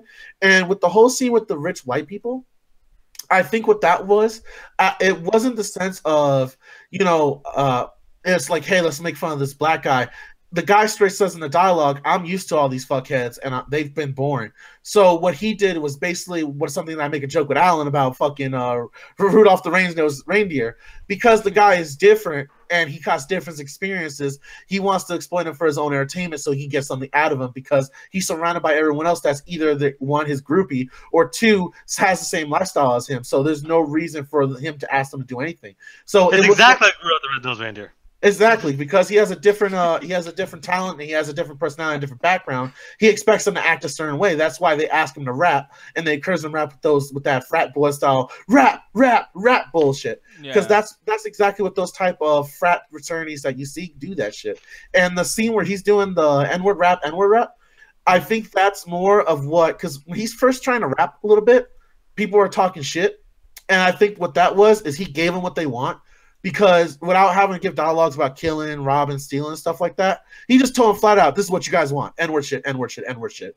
And as soon as he started doing that, the white people hyped up because that's the stereotype. That's what they're used to from black people because that's what they expect because they're rich white people. They don't deal with black people. And the only ones they know of is like what they made in the reference. Oh, are you a gangbanger? Have you had to put a cap in someone's ass? They only know TV black people because they're so talented. Yeah, what was that? Oh no! Audio, lower that shit. My bad. What up? I hear myself yelling at myself. It's confusing. I don't know why. I just wanted to bring you in, Cedric, just, because I know you're going to be reviewing something next after this, too. So, unfortunately, you got to hear me and Ganji yell at each other. And if you, anytime you want to put something into and give me your opinion, go ahead. But, yeah, this is the guy that I'm going to be yelling at later on, people, Cedric. But, the thing is, like, okay, so yeah, and that's the racism aspect of it. And one other thing that I did want to bring up too, and I guess we can kind of use this to spawn off the rest of the review, but like the capitalistic like slavery shit that's going on too, because they keep referring to each other, these workers, as slaves for the working. They just want to work, make money, but yet capitalism turns you into slaves. Or workhorses. And man, that word workhorse is going to be important. Yeah, Ganji explained a little bit of that to me later. I'm glad you got that, Nick. Yeah, which it was like, oh, okay, and it was so on the head. It's like, and by the way, I got a big compliment to Julian at the end of this too. I guess I'll say it now. This movie is basically like a budgeted version, or a big budget version of Monkey with a Gun, where every single message they want to have is so like just emphasized to a point where it hits me in the fucking head over and over in case I don't get it. It's like, I get it. You're not smart, you fucking thing. Like, what are you telling me that I don't fucking already know?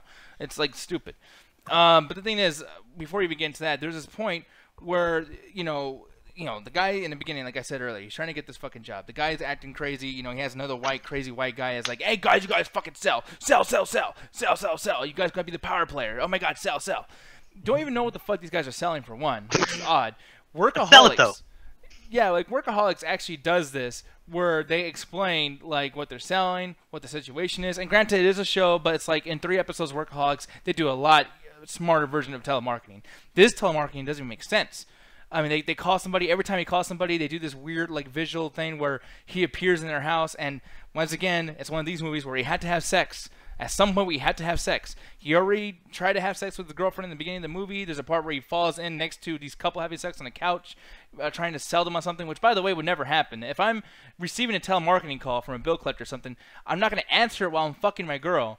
I've heard of weirder things. Yeah, you'll be surprised. No, and then still, like, he's, like, telling him, like, hey, guys, would you like to buy... And he's doing that voice the whole time. He's like, would you like to buy this thing? You fucking scrape, blah, blah, blah. And she's, like, moaning, and, like, he can't hear it. Like, it's just, like, you just wanted to see 2 people fuck. That's all you're trying to do, movie. Like... Nothing. Or again, it's this movie, like, there's one of the things that I'm kind of looking at it going, glad I didn't watch it, only because it's like, it seems like, well, every single thing in the movie has to be interpreted, and my first thought was, well, trying to interpret was like, well, people will try to sell you something no matter what, they don't care about your privacy, they don't care about you, yada, yada, yada, but it's something that always kind of gets me. It's like, yeah, I'm not a huge fan of this whole, like, every single scene has to have a meaning to it, where it's like, I'm not saying everything has to be spelled out to me, but a lot of this movie feels like, okay, we have this sequence, but this has a meaning that relates to some fucking article or some news story that happened in the last 10 years type shit. And that's something that always kind of gets me, because it's like, yeah, I'm not the most learned person. I don't think that's necessarily a bad thing. But like, if the movie's going to consistently have every single random scene have to be a message, I think you see how that can get annoying. Yeah, and like, I mean, the main character, he has his girlfriend that's living with him inside his garage. He's turned his garage into a fucking bedroom. And every single time you see her, there's always some kind of reference that I didn't get, by the way, but it's like they literally zoom in. Hard zooms, slow zooms, gauge zooms, no matter what, they zoom and motion track this bitch's ears, where she has these fucking earrings. One, it's like a butterfly at first. The second one's a dick and balls. The third one is these huge ass fucking quotes that the letters are so big, dude, that they hang off her ears to her fucking shoulder, or like a little bit above her shoulder. I don't even know how the ears stay on her fucking head. And glue. Like, Well, you'll be surprised how many women like to wear those big earrings. I've seen them. But it's like, Yeah. but there's a heft to it where it's like, I understand big earrings because, like, I mean, the density and weight, it's like it's low because it's just a circular, it's cyclical. But these are tangible, huge blocks of words. It's like a full-on sentence. What was it? Gold or silver? Gold. If it was mostly gold, gold's pretty light. Oh fuck. And then that's surprising to me. I don't know, but yeah. And then Jet saying those earrings are fire though. But that's the thing. It's like this happens and you zoom in and it's like, okay, I think I'm supposed to laugh, but every time I see those, it's over this really serious situation that they're transitioning a story of like, hey, is she gonna hook up with a friend of this guy? Is she gonna like? I mean, she's always checking out Glenn from The Walking Dead, Steven Yeun. She's always checking him out while he's kind of like rally all these telemarketers to go. What do you call that? When go on strike. Yep. To take over this company or to say fuck you, Regal View, and the whole thing. And they're doing all the situations, and it's like she's almost turning into a bad guy because you see her checking him out, you see her acting weird, but then every time you see that, you see the fucking earrings change, and it's like, okay, so am I supposed to laugh or are you telling me a story point here? Like, what the fuck's happening? But the earring it's one of those things that's supposed to be a visualizing, stimulating thing that you're gonna see, and you're gonna try to predict what happens later in the movie. Because some of the earrings were that they were symbolism for things that happened later within the film, and some of them were just like quick quotations and stuff like that they had, or stuff like "kill, kill, murder, murder." That's a part of a song lyric. I forget what the song is. Tupac, yeah. So that was just doing references, and I think it was enjoyable because that's something you see, especially in a lot of places like Oakland and LA, where people really wear their politics on their sleeve and sometimes even in their clothing. Or so on their earrings. Yeah, I'm honestly not surprised to see something like that. I've seen some weird ass fucking gauges, so to see someone with like Fight the Power earrings on, like that's not too crazy for me. Yeah, and then they get as far as like, you know, I know like I'm not being very, very chronological with any of this, by the way. I'm just telling you the most ridiculous parts. Yeah, what the fuck's the plot of this movie? Because, well, the thing is, it's funny because the plot of the movie changes 3 times. So originally, and that's what we should probably talk about first. I'm actually glad you brought that up because the plot of the movie is he wants to get a job because he, once again, lives in a bedroom that was converted into a garage. And he's doing his telemarketing job and he wants to be the power player. But the thing is, his friends, like this best friend who got him the job, and then these people that he met that he's cool with, they're like, man, we're going to go on strike because we don't get paid enough to do all this shit. We do all the work, and these fucking white douchebags, and they do say white, so that's another reason why I'm like, yeah, this movie's racist. But it's like these white fucking capitalist douchebags are just enjoying sitting on their ass getting all these big paychecks, and this is fucked up. But then he's struggling because he's like, man, the thing is, I'm really good at this because after I've been doing the white voice, I'm turning into a capitalist and I'm making a lot of money. My life is all of a sudden amazing because white and capitalism.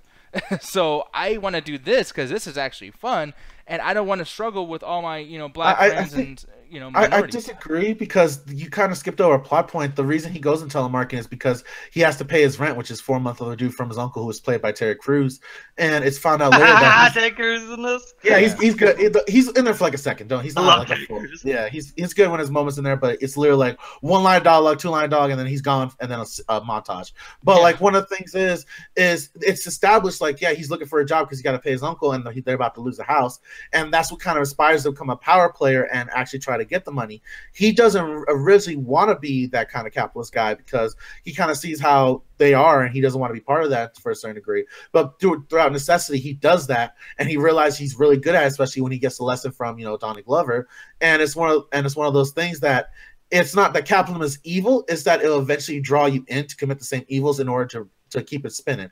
Because originally he does it for necessities and to get a better place somewhere that he can feel comfortable. But as you know, as he gets higher and higher in the levels, things get worse and worse for the lower workers because that's usually how the system works.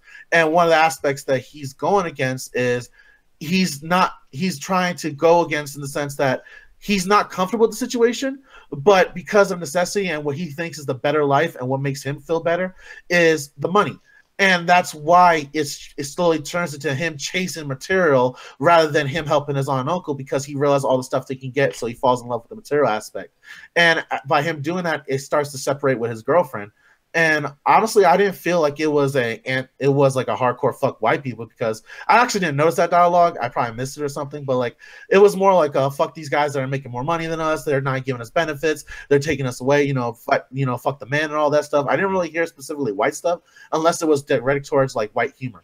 But like one of the things is like I really felt that it was trying to show that eventually, because you're gonna crave all the dumb stuff that these guys like tease in front of you, like the whole golden door aspect. You're gonna eventually betray people, and like the whole aspect that they're flirting with each other. That doesn't really start until he starts separating from her, because he already knows his girlfriend's that RC political type and whatnot. Hell, they talk about it all the time in the early half of the movie, but that's one of the things that changes later on, because he's starting to chase this material. It starts to separate her because she's not about that, and because she runs into this Asian guy who's really about, you know, unionizing, worker rights and all that stuff. It's one of the things that she starts to have more an affection for him, because she's seeing him turn into a douchebag trying to chase the dollar bill, which is never something that she liked in the first place. It's just something that he's come to accept, like, that's what I have to do. Yeah, but then that person becomes villainized later on too, and that's where the movie starts to change once again, because once, you know, Cassius Clay, the main character, after he starts succeeding... Oh, it's not Cassius Clay, it's Cash Green. Or Green Cashews, as I call him. Okay, well, what's his real fucking name? It's, Green Cashews, let's go with it. It's Cassius Green. Alan, goddammit, like, God, what's his name? It's Cassius Green. Alan, shut the fuck up. Cassius Green, okay. Green Cashews, goddammit. God damn it, Cassius Green. So Cassius Green, when he starts succeeding everything, doing his shit, the storyline changes to, of like, okay, now he's trying to find out how fucking crazy these white people are. To the point where he's like, okay, now like they're making me say ninja shit, ninja shit, ninja shit. You know, they're very crazy. I'm so sick of this whole idea of like, now my girl's leaving me. I'm losing my friends. Even though there is, I mean, it's sad and everything's starting to get pretty fucked up. I mean, Glenn, Steven Yeun, he's starting to become a little bit like villainized in a sense, because he's trying to fuck his girlfriend, because he's like, I'm realizing that your boyfriend's kind of a douchebag, but you know, he's trying to fuck her, being really sneaky, showing up at work and trying to like do shit to be like Captain Boyfriend when they're not even together. And then she has been looking at him this entire movie, so you're almost thinking like, well, wait, why don't they fuck each other then? Because she's been looking at him this whole time like, damn, like they zoom in on her eyes with their stupid dick ear, fucking just like checking him out. And that doesn't go anywhere for a little bit, so they're like, okay, what? But then this fucking movie, they end up finally breaking up, and she ends up fucking Steven Yeun, the Asian dude. And instead of dealing with that situation, our guy Cassius Green just gets more into work, does more white voice shit. Meets other black people that are using that white voice shit, making even more money. But yet we don't see the money, and that's one thing that this movie does a lot too. They do that Tyler Perry shit from Acrimony, where they just say dollar bills out there. They just like, hey, I'll get you this contract for $100 million, whatever the fuck. And well, no, they do touch on it, because you see when his room starts to transform, the items and stuff break apart, and they have more luxurious items appear in their place. But that's not $100 million, and that's why they. Well, no, they're not trying to show the actual cash income. They're trying to show that now he's becoming fancy. They're trying to show the more aspect of it, him being able to afford more fancy things. It's a very generic version, because here's the thing, Alan. They put a 32-inch smart TV in there, and white walls, and these lights that change at night, which by the way you can get for $10 on Amazon. I've had them. And just that means, oh, he's super rich now. Well, it depends on the wall. It depends on the lights. Even though the lights, you might be able to find them cheaper. There might be different lights. It slowly became a modern home, the ones you would see rich people in. Yeah, no, I can kind of see that. Like, I know what you mean. That sometimes, like, oh, I could buy this cheap. But it's a discussion we had off camera of, just because you know where a cheaper place to buy it doesn't mean people are going to buy it. And if you have $100 million, you'll buy the most expensive lights because you can. Yeah, it's just one thing I had an issue with Tyler Perry movies and even Acrimony is like when we had that big argument about when he gave her the money, like the $10 million or whatever, out of his $75 million. It's like the reason why that becomes a problem in your movie is because you just wanted to say this big fucking number, but it's like when you say the number, that's when shit gets confused, because now none of this makes sense. Now we have to look at these characters because you just put a number on them. You just put a particular morality. They don't give him a number until the final part where he's trying to get him into the big plan that we're going to talk about later. That that's when a number gets revealed. In the first half, it's more like, yo, man, I don't know if I could do this anymore. I'm feeling like, iffy about it and stuff. He's like, well, how much would you need to get that? And he just shows him a blank, it gives him a thing. And he's like, well, I'm going to need new suits. It was implied. They never really showed a number until the last part. So a lot of it's implied that he gets a great salary for moving above. And that's one of the things they continue on. And the thing is, you're saying it's generic, but that's one of the things. Like, it's also a small budget movie, so they couldn't go to fucking Lil Wayne's mansion and like, let's borrow this for 30 minutes of a shop. Well, they shouldn't do that then. Like, they shouldn't like say. Well, no, because that's the thing. Like, you're usually when you're like this person, you never get that extravagant. You're never gonna be like the guy to the Julian character. You always become middle management, and you just get the basic good stuff that everyone thinks they should have. When you realize it's really expensive, like a $2,000, $3,000 TV that he had in his room suddenly appear because he got to replace the old one. And that's trying to show that he's moving on and he's making better income, so the house changing and him moving out of his uncle's house. And it's all done in through these ways of just showing the house decompose into another more fancier, more modern place. And that's showing how a transfer of time is going by. And I kind of disagree with you with them being villains. It felt more like the relationship is chaos and this dude had attraction to her and she did as well. Because they do flirt with each other a little bit. And the guy completely does a 180 on his character and they have a dialogue about it. Like, I didn't date you for this person. I dated you for you. And the person you become now is less interested. And that was the one thing that tied it to her. So when he started really focusing more on his job and thinking that's what he has to chase, then she starts separating and start hanging out with him, because they don't start really hanging out until after he's already told her to go fuck off in the one other scene, because she starts calling him out on his lifestyle. Yeah. And I mean, and that's the thing. Like, yeah, I understand how, you know, the whole her and why she would break up with Cassius Green. It's just, it doesn't make sense where this other character that she's already been looking at before they already had problems. Because the thing is, Cassius Green was still broke when she was already looking at, you know, Steven Yeun. And that's the thing that's kind of frustrating to me. But then we get into a situation too where, okay, now, just to answer Alan's question, we've gotten to two different storylines now, and those seem a little bit connected, so it doesn't sound too bad. But yeah, so far this seems like a straightforward movie. It has a lot of interpretation of some art stuff, which I hate, but it seems like, yeah, guy wants money, guy gets money, but it's realized not that. It's like Wolf of Wall Street so far. Yeah. Then Cassius Green smokes snorts up some coke, and he runs to this hallway. And, you know, obviously this guy's like, hey, man, I'm going to have you do some coke. We're going to take over the world. And I got this crazy idea. We're going to do all this crazy shit. He runs into a bathroom, and a horseman with a huge dangling dick, like 16 inches. So what, the game BoJack Horseman? Yes. Oh, yeah. Oh, no, yeah, exactly. They talk. They talk. And he comes out of the bathroom, falls down, and says, "Help me!" That's some weird cocaine, then. I'll never take that. Yeah. Alan, come on, man. You need to share some shit of this. Hell no, I ain't becoming a horse. That's good. This is that BoJack white. Would I become taller? No, I mean, they're huge. But the thing is like... Maybe. No. If I could become taller, I'll fucking become a horse person. Use your dick as a stool. Alan be the one horse that just looks like one of us. Everyone else is a horse. Alan came out a pony. Yeah. Never mind that. I ain't taking a risk. No, but the thing is you know, this happens, a horse thing, and it's like, oh shit, it's gonna turn into a horror movie. You start realizing this whole area is full of horses that are victimized, obviously, because they're like, oh my god, like, we're getting fucked up, blah blah. Cassius Green runs out of there, or doesn't even run out of there. He's actually held at gunpoint by Julian.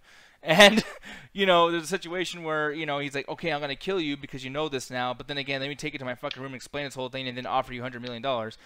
But he goes in there and explains, like, okay, let me watch this video. So now we start watching this video that's like a YouTube video, like almost like a flash video fucking video. And they explain this entire thing of, like, how cavemen work and this is how we've evolved. And now we're going to evolve in this other way by having horses literally move shit and work harder and sleep less and do this entire thing. We're going to create an army of horsemen, right? And, yeah, that's a good army.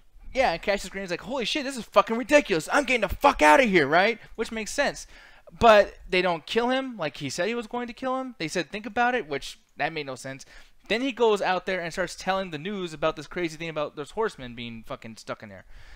Meanwhile, the news is like, really? That's a great idea. Because apparently in Trump's America, shit's so crazy that the fans will just fucking do everything. And that's where they split the politics in half. I'm glad you brought that up. This has nothing to do with Trump at all. I 100% disagree. The reason I could tell you this, I watched an interview with the director and the writer, Boots Riley, who actually made the film. And one of the things he was talking about, he wrote this script 10 years ago. He's been trying to get it made this whole time. And he was writing it more as a criticism of the Obama era. And the only thing he had to change was there was a line, "Make America Great Again." And that was him talking about, like, selling weapons and stuff. But besides that, there was no mention of Donald Trump. And I kind of believe him because this is more about just capitalism in its own sense rather than a specific time period or a specific person that's using it. The mind that made a movie like this, I cannot trust anything he says, especially considering the fact that they literally had the "Make America Great Again" thing, and he's like, oh no, that was just a coincidence. We just so happened to say the exact he took same it out the phrase. He took it out the movie, though, because he didn't want anything to contribute to anything nowadays. Yeah, I don't know. There's so much shit. I mean, even with, like, okay, speaking of Make America Great Again, you know those hats? Make America Great Again hats. There's a point in here where they started wearing these hats with afros on them because Cassius Green gets hit by a Coca-Cola can, And to show this whole group that hates this capitalistic society, they start literally not blackfacing but black herring. And there's a whole group that has the afro, a jerry curl of this fucking dude, and they sell them en masse.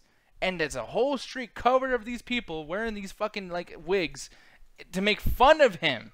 But then they switch and then they start helping him. But that's the thing. Like, you're talking about that scene with the union. That was planned by him and his friends to wear the hats, because that was going to be revealed that he's on their side now, and it was going to be done as a big publicity stunt. Because at the moment he's made as a joke, and that was more of a commentary. It was more or less about making a racist element about him, and it was more a commentary about like all these racial outfits that you see for Halloween. Because before then, you'll see this commercial he was watching, who was making fun of him, and it was basically teaching these kids how to make Halloween costumes with him. And it was showing how people just laugh at things that are either racially sensitive or stuff that's about people getting hurt, because the whole point of that was him getting hit with the Coca-Cola bottle. It became a viral video that they were constantly replayed, like what you see when people slipping on ice on every Saturday in the after hours, a few years later. But that's one of the things that I kind of like, because when the union took it over, it was almost a sense taking back the symbolism and showing that he's part of them, because that was originally done showing that he was a scab.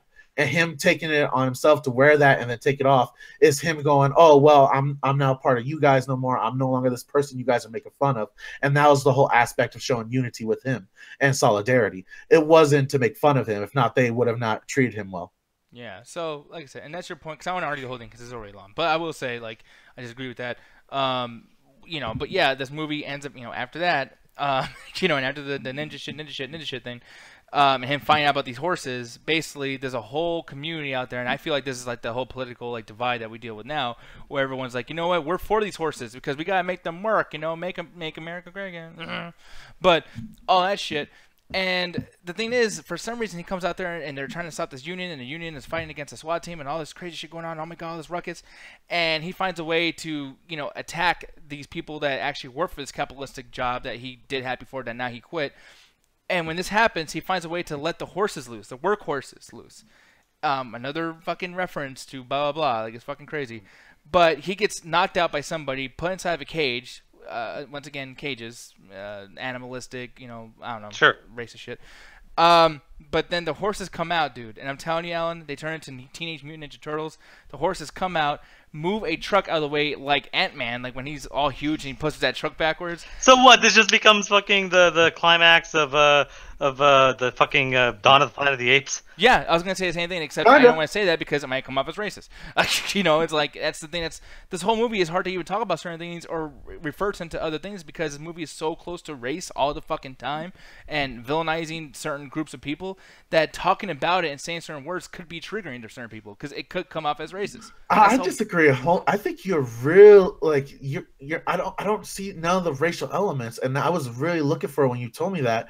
And like the whole aspect of like they were locked in cages, yeah, because he was starting a riot and he was the head organizer. Yeah, you get locked up if you do that, especially if there's a riot going on in your name. So, and like the whole Teenage Mutant Ninja Turtle, they established earlier with the whole evolution scene that these creatures have super strength. So them to be able to push a car out the way and fight these guys is not out of their ability. What the fuck did this just turn into? We go from telemarketers and this to the strength of a horse. Well, it's supposed to be. It's an exaggerated form and extremism of what they're trying to replace the amount of workers with machinery and stuff like that, and they're trying to constantly cause ways to replace human labor. They even say that at one point in the small video that human labor is weak. So it's more of the exaggerated version of like, instead of just doing big robots like everyone else does, like AI takeover, he was like, let's say with this one crazy Jeff Bezos guy was like, I'm into DNA and horses and trying to make an actual workhorse force.